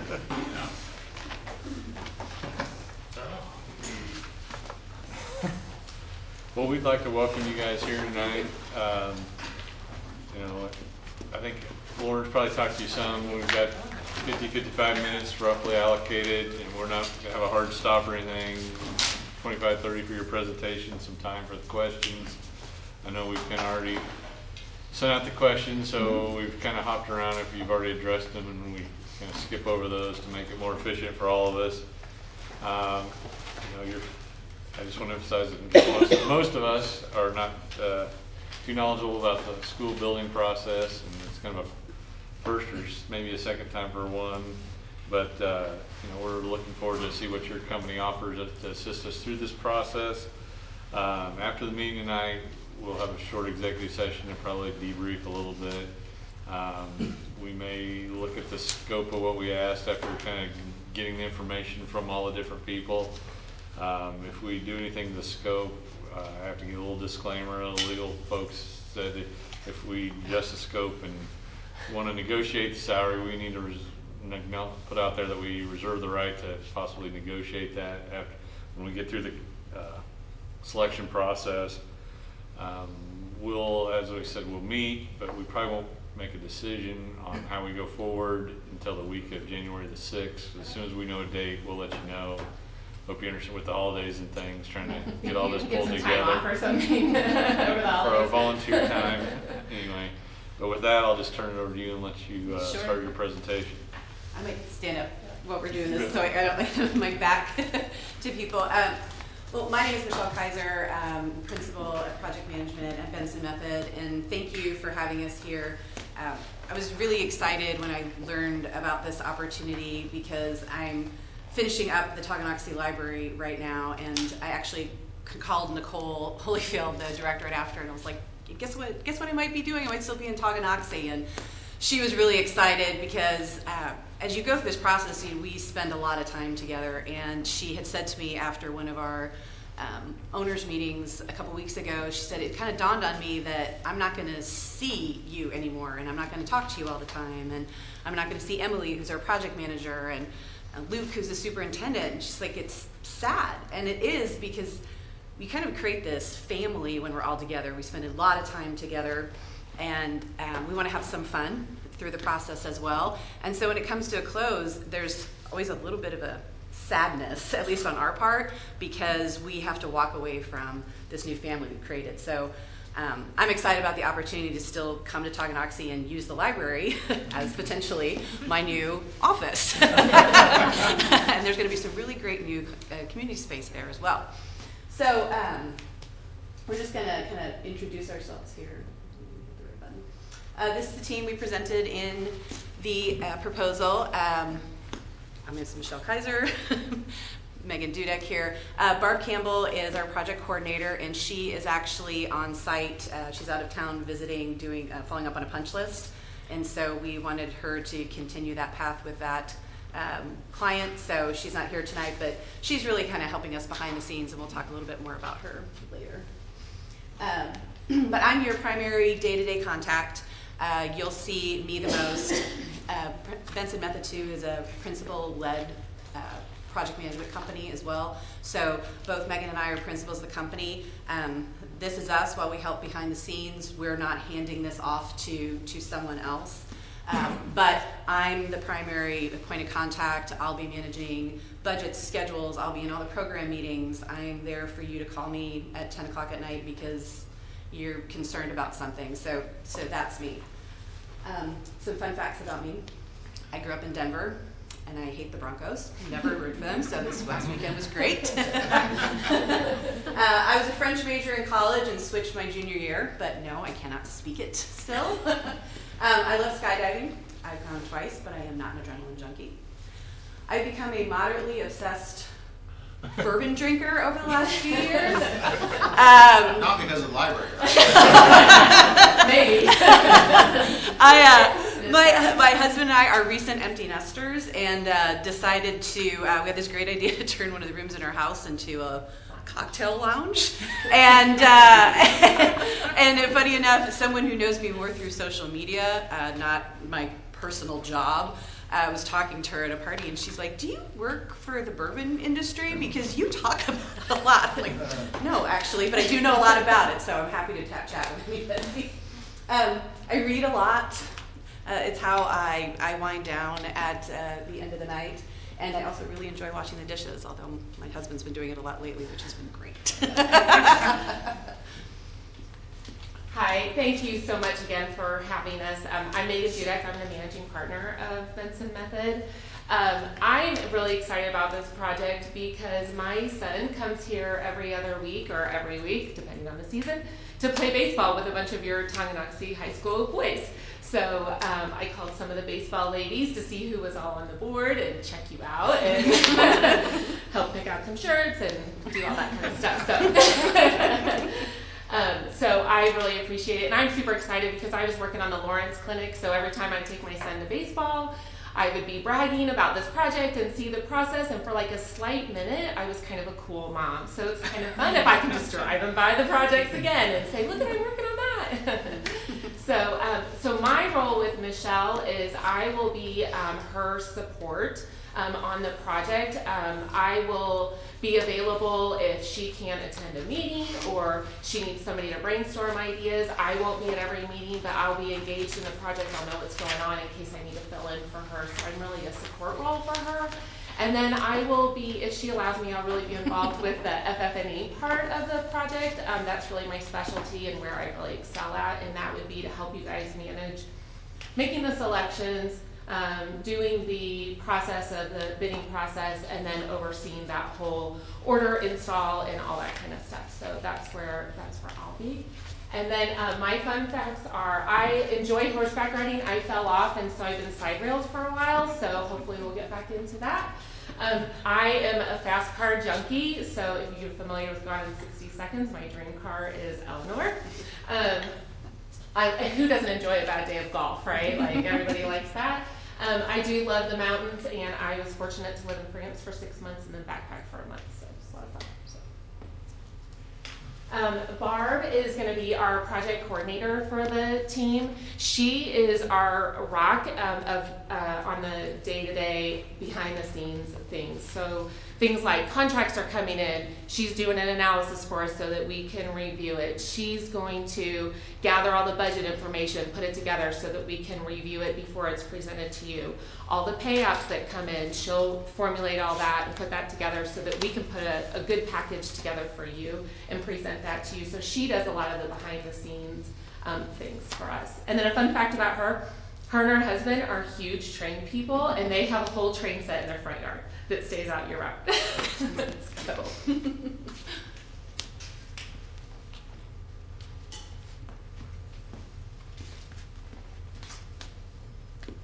Sorry, I need a drink.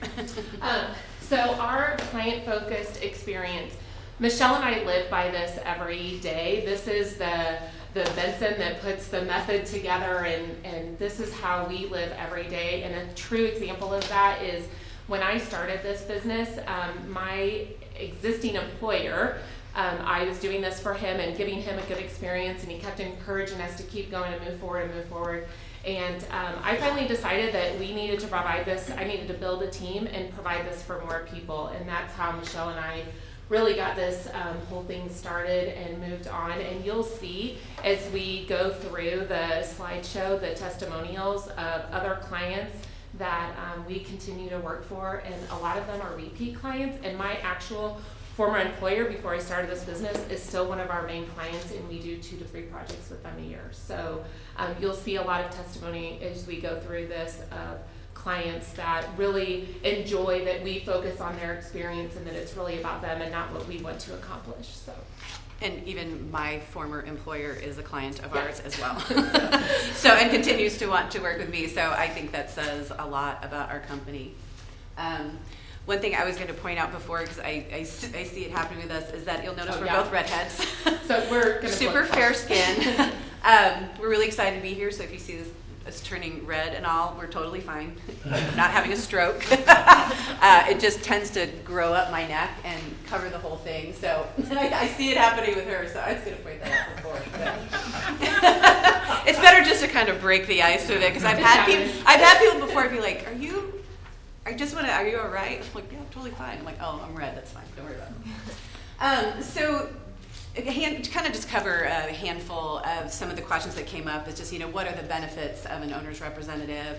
Is there overlap with the design and construction team? And the answer is no. But in some ways, we have the same goals, but we have totally different roles. The DLR team, you hired them already because they are fantastic designers, and this is what they do.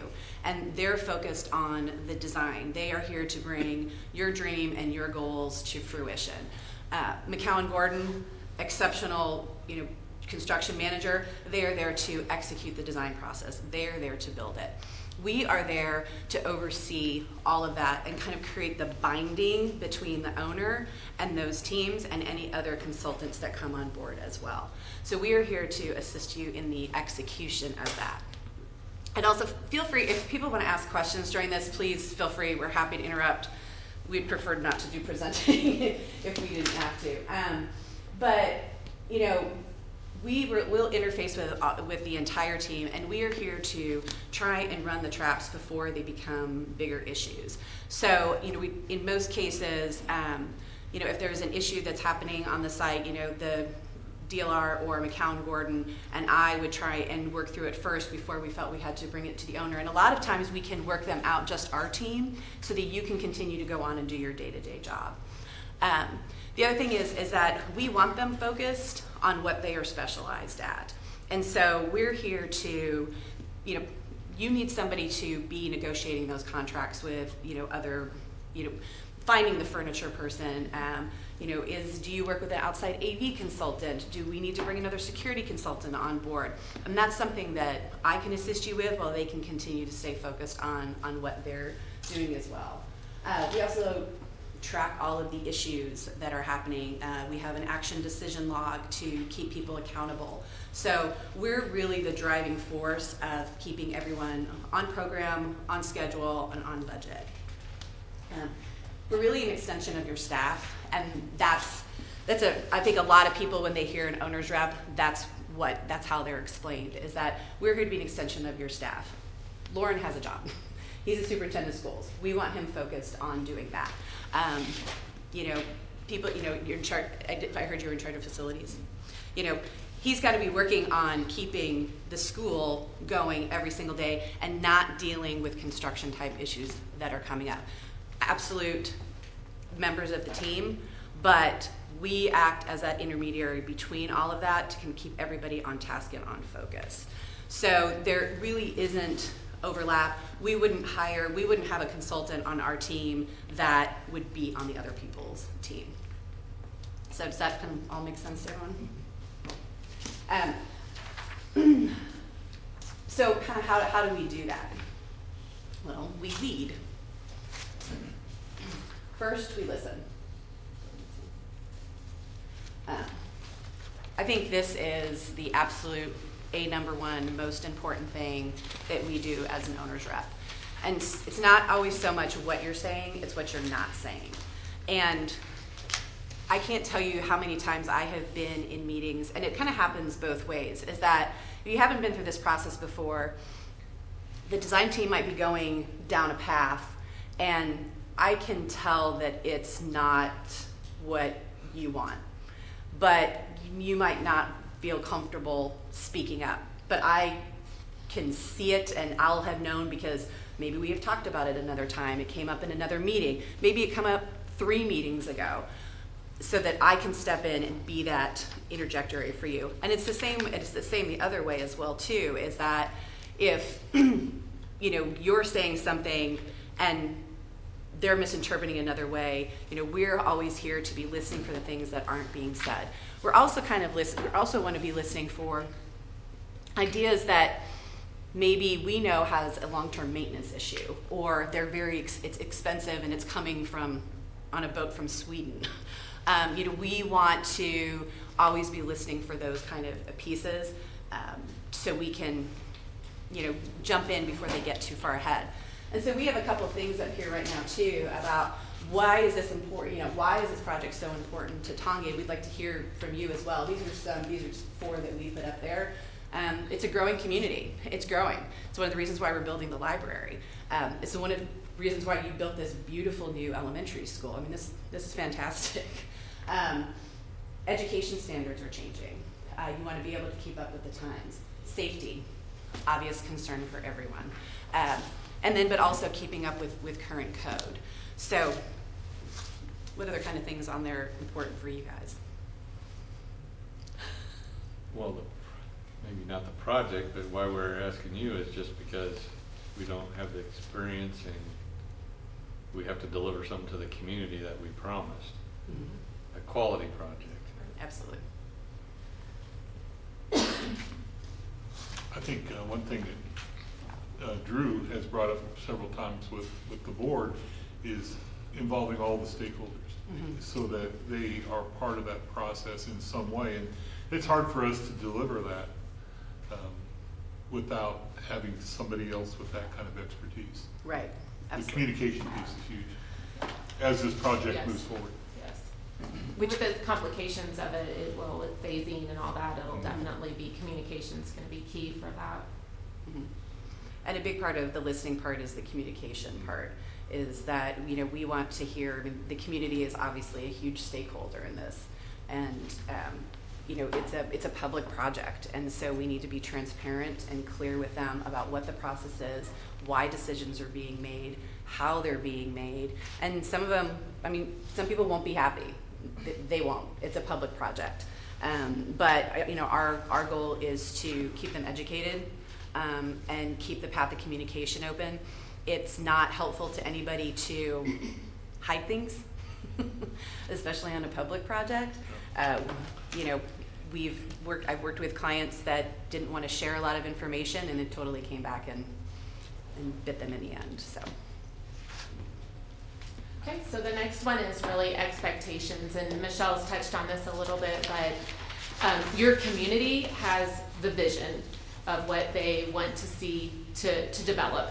And then DLR will create that vision, and McCown Gordon will execute that vision. And then we, as Benson Method, would manage that vision, and that is managing the expectations with your community, setting goals, setting timely goals, things that can have some measurable value to it, and making sure that those are addressed and assigned and accomplished, so that the project schedule doesn't change, project budget doesn't change, and that the vision doesn't change, because that's the last thing we want to do, is spend 3 years on this project and then the community doesn't see the vision. So we like to really work with those expectations and set them with the whole team, because the team is community, DLR, McCowan, and hopefully us. And so that's where we really try to set those expectations. And expectations we develop those expectations into our measurable goals. For example, one of the expectations would be safety and security. It's making sure kids aren't walking outside from class to class. So that's the expectations. Kids aren't walking outside of class, but the goal would be we need to create a physical environment where kids can move about from class to class without going outside. So we try to create what is the expectation and then try to assign a goal with it. Another one that we were thinking of is with the next generation learning space. Just to have that personalized learning experience and have the interaction. How fun would it be to have kids that may not be ready to go to college but want to have some interaction in the trade skill, be a part of the process, and have them come to some of the meetings and see what it's like to run a construction, because we've lost a lot of those people to going to college. We push college. We've lost a lot of tradesmen out there, skilled tradesmen. And so maybe if some kids want to do that, maybe they can be a part of the process and really encourage that next generation learning. So, are there any expectations? We kind of came up with some, but are there any that you have as part of this project that may involve the community or part of the, specific to the gym or the kitchen upgrades or anything? We kind of put out some like specific items that were listed in the, as part of the bond, Right. as far, from the phasing, but, expectations can be lots of different things, Right. obviously, so. Quality. Quality. I mean, I Got- probably yeah. said that the first one, but it, Mhm. Right. we've built a couple schools since I've lived here, and there's always been some kind of quality challenges. And that kind of gets back to that same goals, different roles idea, is that, as we're setting the goals, okay, so, if we keep hearing quality, so quality is going to be at the top of that list then. And so as we're going through this entire process. Defining what everybody means by quality. Exactly. Yeah. Well, right. And so That's is a it big one. right? And so that's because the managing the expectation is. So when we're saying quality, is one person, is it building materials? Is it, because with schools, with any kind of municipal type projects, any kind of public projects, these are 50-year projects, and so we have to constantly making decisions that are based on, that this project's going to be here for it's going to be here long after we are. Let's put it that way. And so we have to be making good decisions, and so sometimes that might mean we have to make decisions based on, we have to maybe pay more money for building materials and take away from something else because it's if we're putting a new mechanical system on, let's buy extended warranties, or if we're putting new roofs on, we're buying extended warranties so that we don't have to worry about it for 25 years. So it's kind of making those decisions there as well. And then the next one is evaluate. So in our opinion, since you guys are already going down this path, the project is already a success. You've already started moving forward and allowing the community to take you down a forward path and trying to develop a project that the community is going to love and want to be a part of. And so our job then is to keep that success going. You've already started it. Now we need to be responsible for the project, for the budget, for the schedule, for the delivery of the team and expectations of the team. And so when we go through and make decisions on a project, for instance, you want to build the gym first. I'm just throwing this out there. You want to build the gym first, but now you have obstacles now. The flag or there's a light pole that's in the way of doing something, and then you need to create a different entrance for this to happen, and then you have a parking issue that you have to address. So all these things are coming to light because we want to do the gym first. So we would go through and help you guys evaluate and assess what the best solution is for that path, and if you really want to stay on that path, or if we need to accomplish a few other things and move that to, say, project 3 and move it down the line. So we really are an integral part of helping you guys get through that process, and then especially delivering that message to the community when it's time and we have a good plan to move forward. So we help you evaluate a lot of those decisions that have to be made during the process itself. So. And we're here as much as your owner's representative, as well as assisting the design and construction team too in making those evaluations. We're their advocate as well. This is a whole team. We all can't have separate goals. Everybody has to be on the same goal, and if someone is beginning to sacrifice what the vision is for their own benefit, I always think about like a 3-legged stool, although there's 4 of us, but think about one of those stools, it begins to tip and it begins to list. And so we all have to be on the same page all of the time as we're going through this process. We got to deliver it on time, on budget, on schedule, and then we have a happy client. So it's pretty simple, but delivering it. These are the essential tools to just make that happen.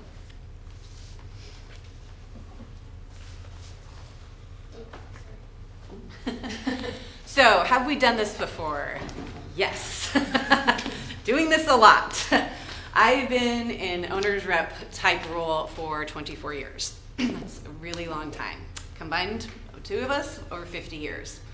When I started putting this slide together, I was like, wow, okay. We've combined completed over 100 plus projects as owners' representatives in the last 15 years. 25 of those have been just in the last 7. A lot of our projects, especially over the last 7 years, have been publicly funded projects. Municipal partners, even in a private sector, there might be some sort of tax abatement or community improvement district where we're answering to a city council. A large majority of our clients have a board of directors, they have a building committee, they have a steering committee, they have a foundation, they might have all of those things. And so we are there to manage each piece of those for you. And how we do that is really driven by, our core client is the staff, like, the person who is leading this charge, as well as yourselves. And so we need to kind of need to understand is, who's really driving the ship, because there really has to be, for us as well, one point of contact, somebody who can make decisions. You've been nominated. He's trying to look away. And we're here to assist with that. And so how we need to communicate all of that to and there might be different methods that are, maybe we're making public presentations to this group, but maybe there's another group that it's a monthly report that gets emailed out. A lot of these as well, they all have community members. They all have stakeholders. On a lot of our public projects, we'll do public meetings, and where we're beginning to show them what we've been working on, and we want to get their input, and we try to manage those because we're going to spend a lot of time just together making decisions about what's right for the project, that whole evaluating and managing expectations and setting budgets and schedules. And so we have to be careful about how we display that information to people, because we need to make sure that we're managing the end goal and the vision as well. And we can't let too many extraneous drivers drive that. So, and it's not hiding things from people. We're not being transparent. It's just really controlling the message. And I do this all the time. We have we're doing this for several projects. So, one of the questions was, do I understand the process? Yes. Very familiar with the construction process, understand the administrative process, understand that there's going to be stakeholder groups, defining exactly who all of those people are. Stakeholders can be in lots of different categories. The city is a stakeholder as well, as the community is. This specific type of construction, yes, multiple projects have been done that are renovations, additions, complicated phasing plans, absolutely. Up to date on construction costs. We're managing construction all of the time, so consistently having projects being bid. We're not an estimating company. Just that does get asked to us a lot. You've already hired that person, and that's McCown Gordon. McCown Gordon is here to be our construction estimating component of that. And we will be asking them to be estimating this project throughout every single phase of the project. We don't go do a bunch of design and then go, okay, tell us if we can afford it or not. That's not how we do this. Every decision that we're making will be measuring against, they will be measuring against them. And I see you shaking your head because I'm sure this was part of your presentation when you guys did this too. But we have found, or I have found in my position, is that if there's already a contractor on board, we have that partner. If we bring a separate estimating group in, then we are getting ourselves into a confrontational situation with our partner already. I have a lot of outside experience to have information about costs from other projects that can be used to test against that. So don't take that as that I don't know what things cost. I do, but we're not an estimating company. So, value engineering. very familiar with the value engineering situation. And it's part of the process. It's part of when we go through the estimating, and it's learning how to, if we go through the estimating process and we're finding that some things are costing a little bit more, then we begin to create an add alternates list. And that list can be added throughout the project as we see that we're saving money other places. And then they become value adds. So the City of Miriam is a perfect example. The Miriam Community Center is that during our schematic design and our design development, our estimates were coming in high. And so we had to sit down and say, okay, squeeze the pants, bring it down. Create an add alternates list, and then the project actually came in under budget when we bid it under construction documents, which doesn't happen a lot, but in this case did. And so we were able to add a lot of those back in. But it doesn't always just happen that you can add those back in if it comes in under budget. We've been very successful on most of our projects to be able, if you manage the budget appropriately, we can usually get everything that we kind of had to take out back in. So it's all about managing that process and evaluation. Moisture intrusion, very hot topic.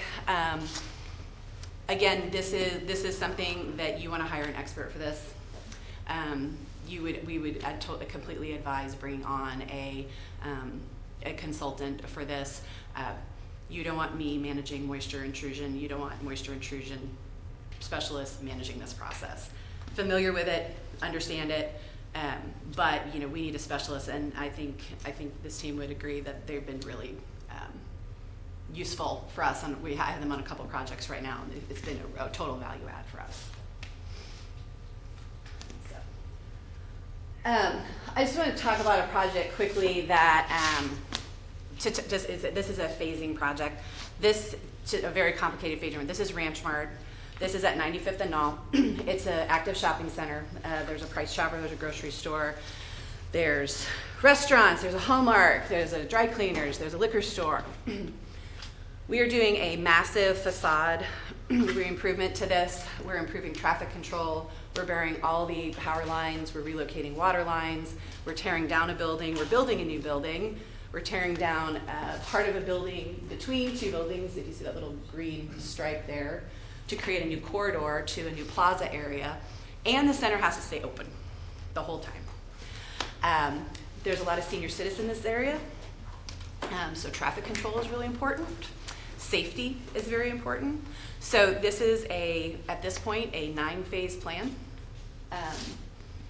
on how to control it. This is actually just for the site. There's a whole other phasing plan for the perimeter of it as well for the utilities. Next one. We worked with the architect to come up with a phased document completion to keep the project moving forward, because there's so many different components to it and so many different packages. We also didn't want to overload the city with 9 packages at one time for permitting, but we don't want to stop construction either. So we have a phased permit set as well, so we can be submitting for permit, starting work, submitting for permit, starting work, so we can keep going. We think this is probably going to save us about 12 weeks in the whole process by doing it this way and staying on budget. Kind of at the end here, this is from Nicole, who we're working with right now, and it's been a real pleasure working with her and the board here. One of our questions was, why do we want to do this project? I hope it comes through that we're really passionate about what we do. I hope our testimonials say even more. What's interesting about these testimonials is that I didn't ask for them. They send these to us, and actually somebody else asked them about us, and I hadn't even seen them to send them, and it's kind of humbling. Like, you hope you're doing a really good job, and hope it resonates with people. But our biggest satisfaction is at the end of a project to see people using the space the way that you intended it to be used. When Lenexa was completing, I was going there that day to meet Todd Pellin, the city manager, just to kind of go over some, wrap up the project, and the project was open, and you know, there's people pulling in the garage, and there's people sitting outside in the plaza, and then there's people walking down to get coffee, and you know, you just kind of like, oh my God, they're using the space the way we intended to be used. And the vision is coming together. And it's so rewarding to do it. And so we want to do that for your community. And I've really enjoyed coming here and learning, you know, getting to know people here as well. And just really excited about the opportunity to continue to do that for you all. I agree. It's the same thing. Michelle and I have talked about this project since the RFP came out and how exciting it could be. So we really appreciate you having us, and thank you for the opportunity. We're happy to answer the questions. All right. Questions? Maybe touch on the line. Got the list? You touched on a lot of them, so we'll try to skip over those. We tried to get to most of them. I appreciate that. You want to start with number 1 though, I think? Sure. Or do you want to go off the list? You Either are way. following rules today. So, what are the benefits of Tonganoxie hiring an owner's rep? Well, I hope we explain some of it, is that being an extension of your staff, allowing the other, you know, Lauren and I'm sorry, Mitch, okay, sorry, you know, to do their day jobs, keep the project accountable, keep the project team accountable, keep it on budget, keep it on schedule, keep it on program, have some fun, and deliver a really quality project for, you know, the community of Tonganoxie and the students, and hopefully get them engaged as well. I think we did 2, right? I think they did too. 30. So what experience do you have with similar projects, like school projects? Do you have any experience with schools? So I'll kind of touch on that one if we can, and then you can. But we do, on my side, Michelle and I kind of take on a little bit different roles in the company, where she does a lot of the municipal and public projects, where I focus on a lot of the healthcare projects for our firm. And so we were talking, we really feel that a lot of the healthcare standards cross over into the education world, as far as safety and community, and students are like patients, and we have all these codes and regulations and stuff. So even though my direct experience is truly in the education world, I think that a lot of the restrictions and guidelines and dealing with a lot of people in the community and dealing with the amount of staff that we have to deal with when we're dealing with the hospital and getting the communication out there, it's very similar. I feel that it's a very similar crossover between the two. And I've done some higher education work for the University of Missouri. St. Louis built a building for them in downtown St. Louis, and then currently working with the Children's Place, which is an early childhood education group. So, and I think a lot of components of this project specifically, because you know it's not just building, you know, we're not building a school, so to say, but so many components of the project are we do on every project. I mean, safety and security is part of. Enhancements is on part of every single project that we do. I've built like 4 gymnasiums. You know, so I think the components of the project, you know, we've done. So. All right. I think you kind of addressed how it differs from this architect and CM at risk. An overlap of duties. Maybe I'll jump into do you have a standard contract? I think we were looking at the AIA.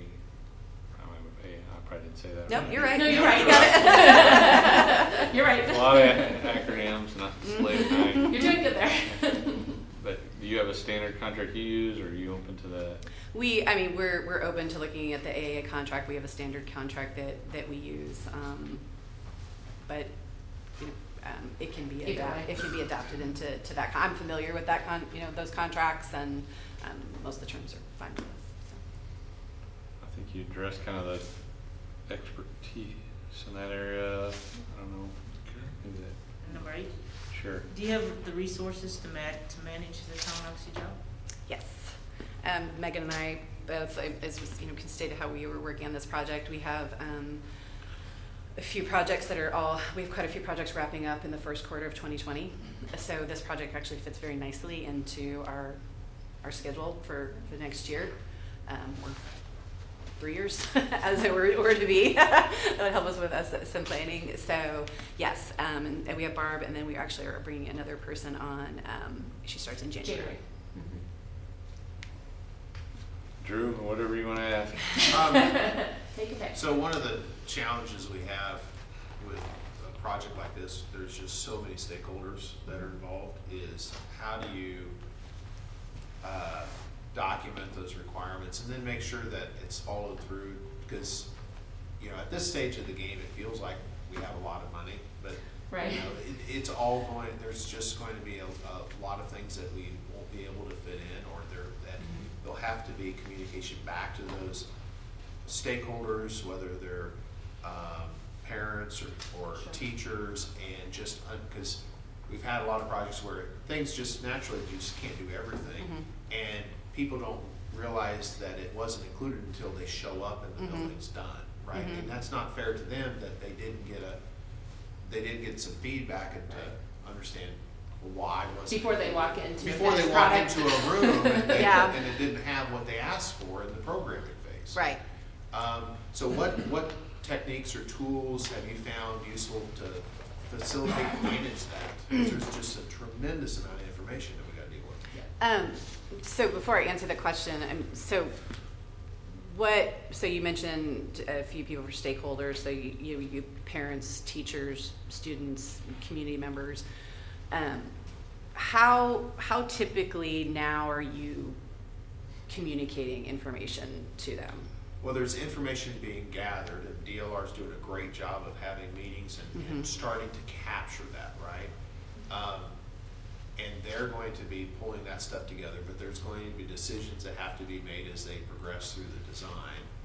And it's not, I don't see it as their responsibility to get back with folks and trying to communicate that. And it's just a lot of information that it would overload. I'm afraid it would overload our administration to try to manage that. Absolutely.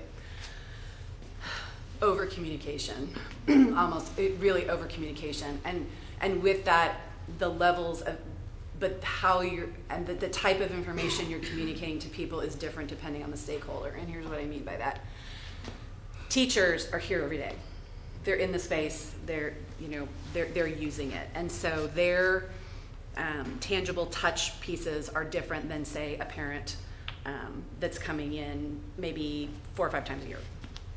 And so it's really important to teachers that we explain to them very clearly why decisions are made and how they're made. And a lot of it, I find so much, is that I had a client once who, I was doing some work in a hospital, and we were renovating some spaces and putting in some new equipment and whatnot. And the director, who was from out of town, said, do not talk to staff. They are not leading this process. I'm telling you what to do.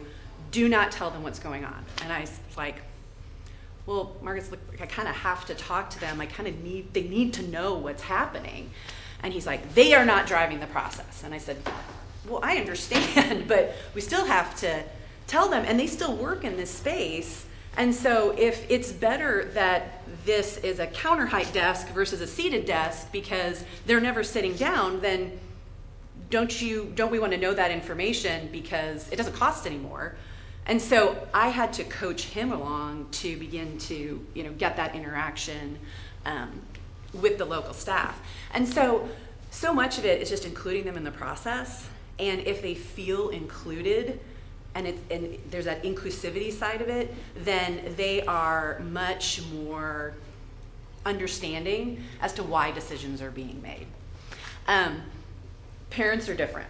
They're going to be a little bit different in this. And so they're not going to be as interested in why this desk is standing height versus counter height. They're going to want to know, why don't you have pickleball courts or something like that? And so a lot of it's community meetings. I think it'd be great, to update the website pages, to be communicating that. I think we want to have some, I'm sure you're probably thinking about having some charrettes of people deciding, visioning, pieces like that. And that's going on right Yeah, and so I think and so the step that sometimes gets missed with that is over explaining what the decisions were that came out of it. We have a project going on right now that had all these studies done 6 months ago, and then when we went back and talked to the stakeholders again, they started asking, and this is before we were involved, they started asking, they said, well, whatever happened to that study? Like, we already answered all these questions. Like, well, it was posted on the website. Well, it was posted on the website, but the people who were asked to come to the meeting, give the information, were never personally notified. And they weren't given the study afterwards. So they didn't know what had come out of it. So the city just posted it on the website and just thought, well, we put it out there, we did it. But it's this personal touch of information, of ensuring, and this is a small community. You know, there's no reason for us to not, there's no reason for us to not be able to have that personal touch with people, to give them that information. But a lot of it is managing the type of information that you're sharing with certain stakeholders, because you know, some people's positions are just, they weigh more than others. And like Michelle was referring to more of the town hall type organization, if you're dealing with parents or whoever, or staff or anybody like that.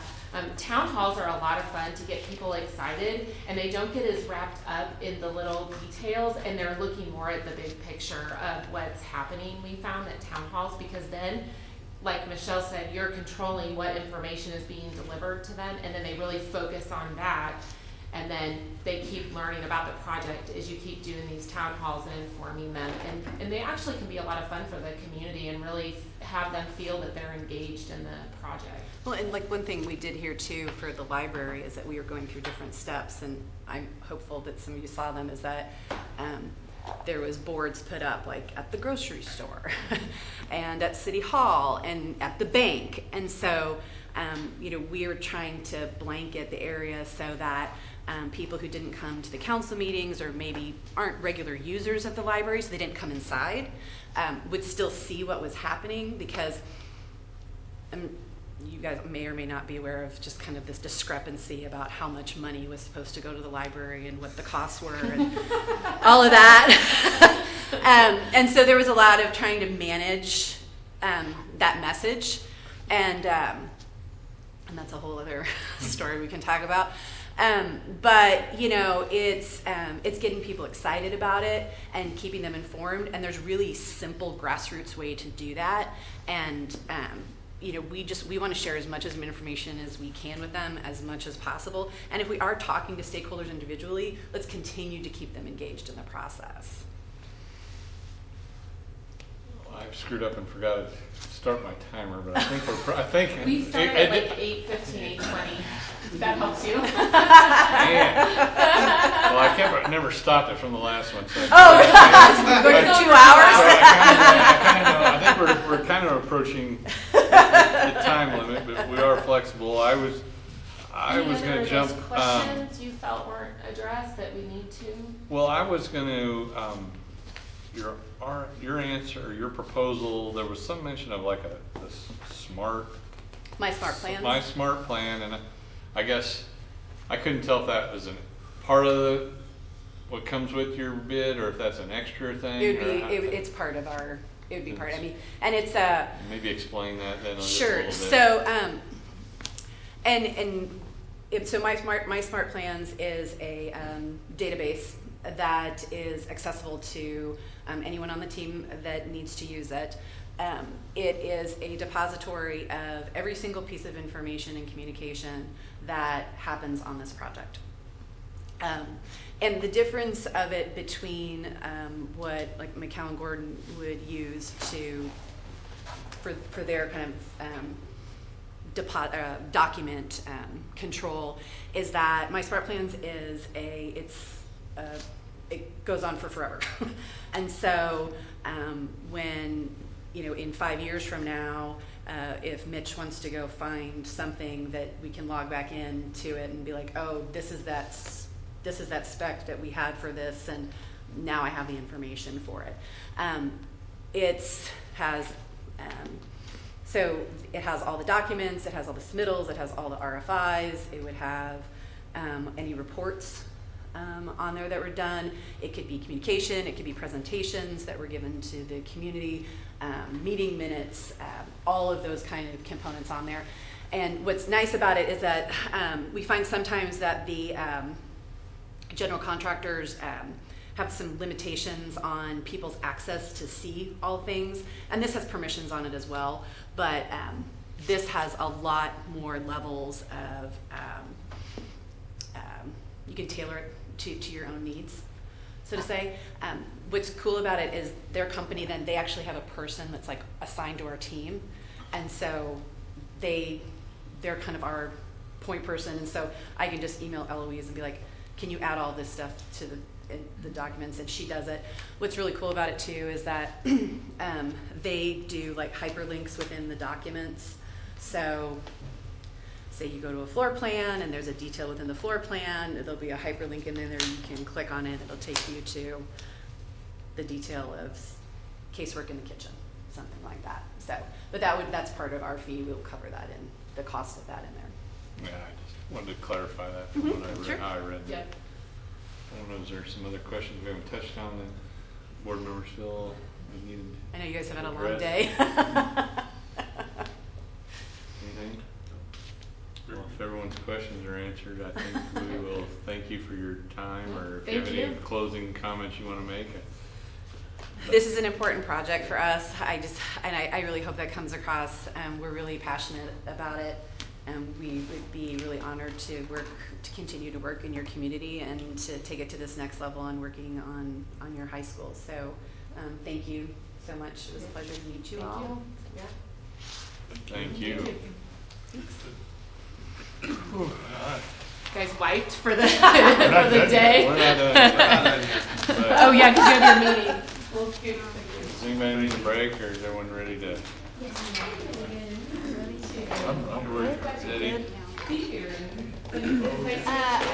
Well, how long is the executive session? Well, How long do you want me to make a motion for? I don't know if we need to be in there too terribly long. We can just discuss some next steps in the process and some things. If you want to just start 15 minutes or something like that. Do you want a break, Kaya?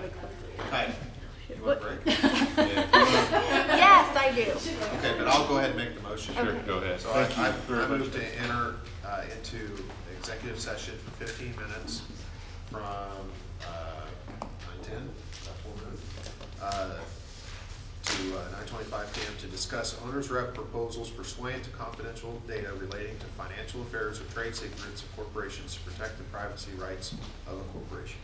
We want to invite Lauren and Tanya into the meeting. Yeah. Is there a second? Lauren and Tanya? Is there a second? Okay, all in favor? Raise your hand. All right, motion carried. 5 minutes will be in Thank you, guys. executive session. Thank you so much. Need to hang around. Appreciate the time. Nice meeting you. So nice meeting you as well. Thank you. Nice to meet you. Yes, thank you. Nice to meet you. It's chilly. It's cold. Maybe it's cold. Even Justin was out there doing it. I must be hot water, isn't it? Oh, my God. Anyway, we don't, meeting adjourned. Okay.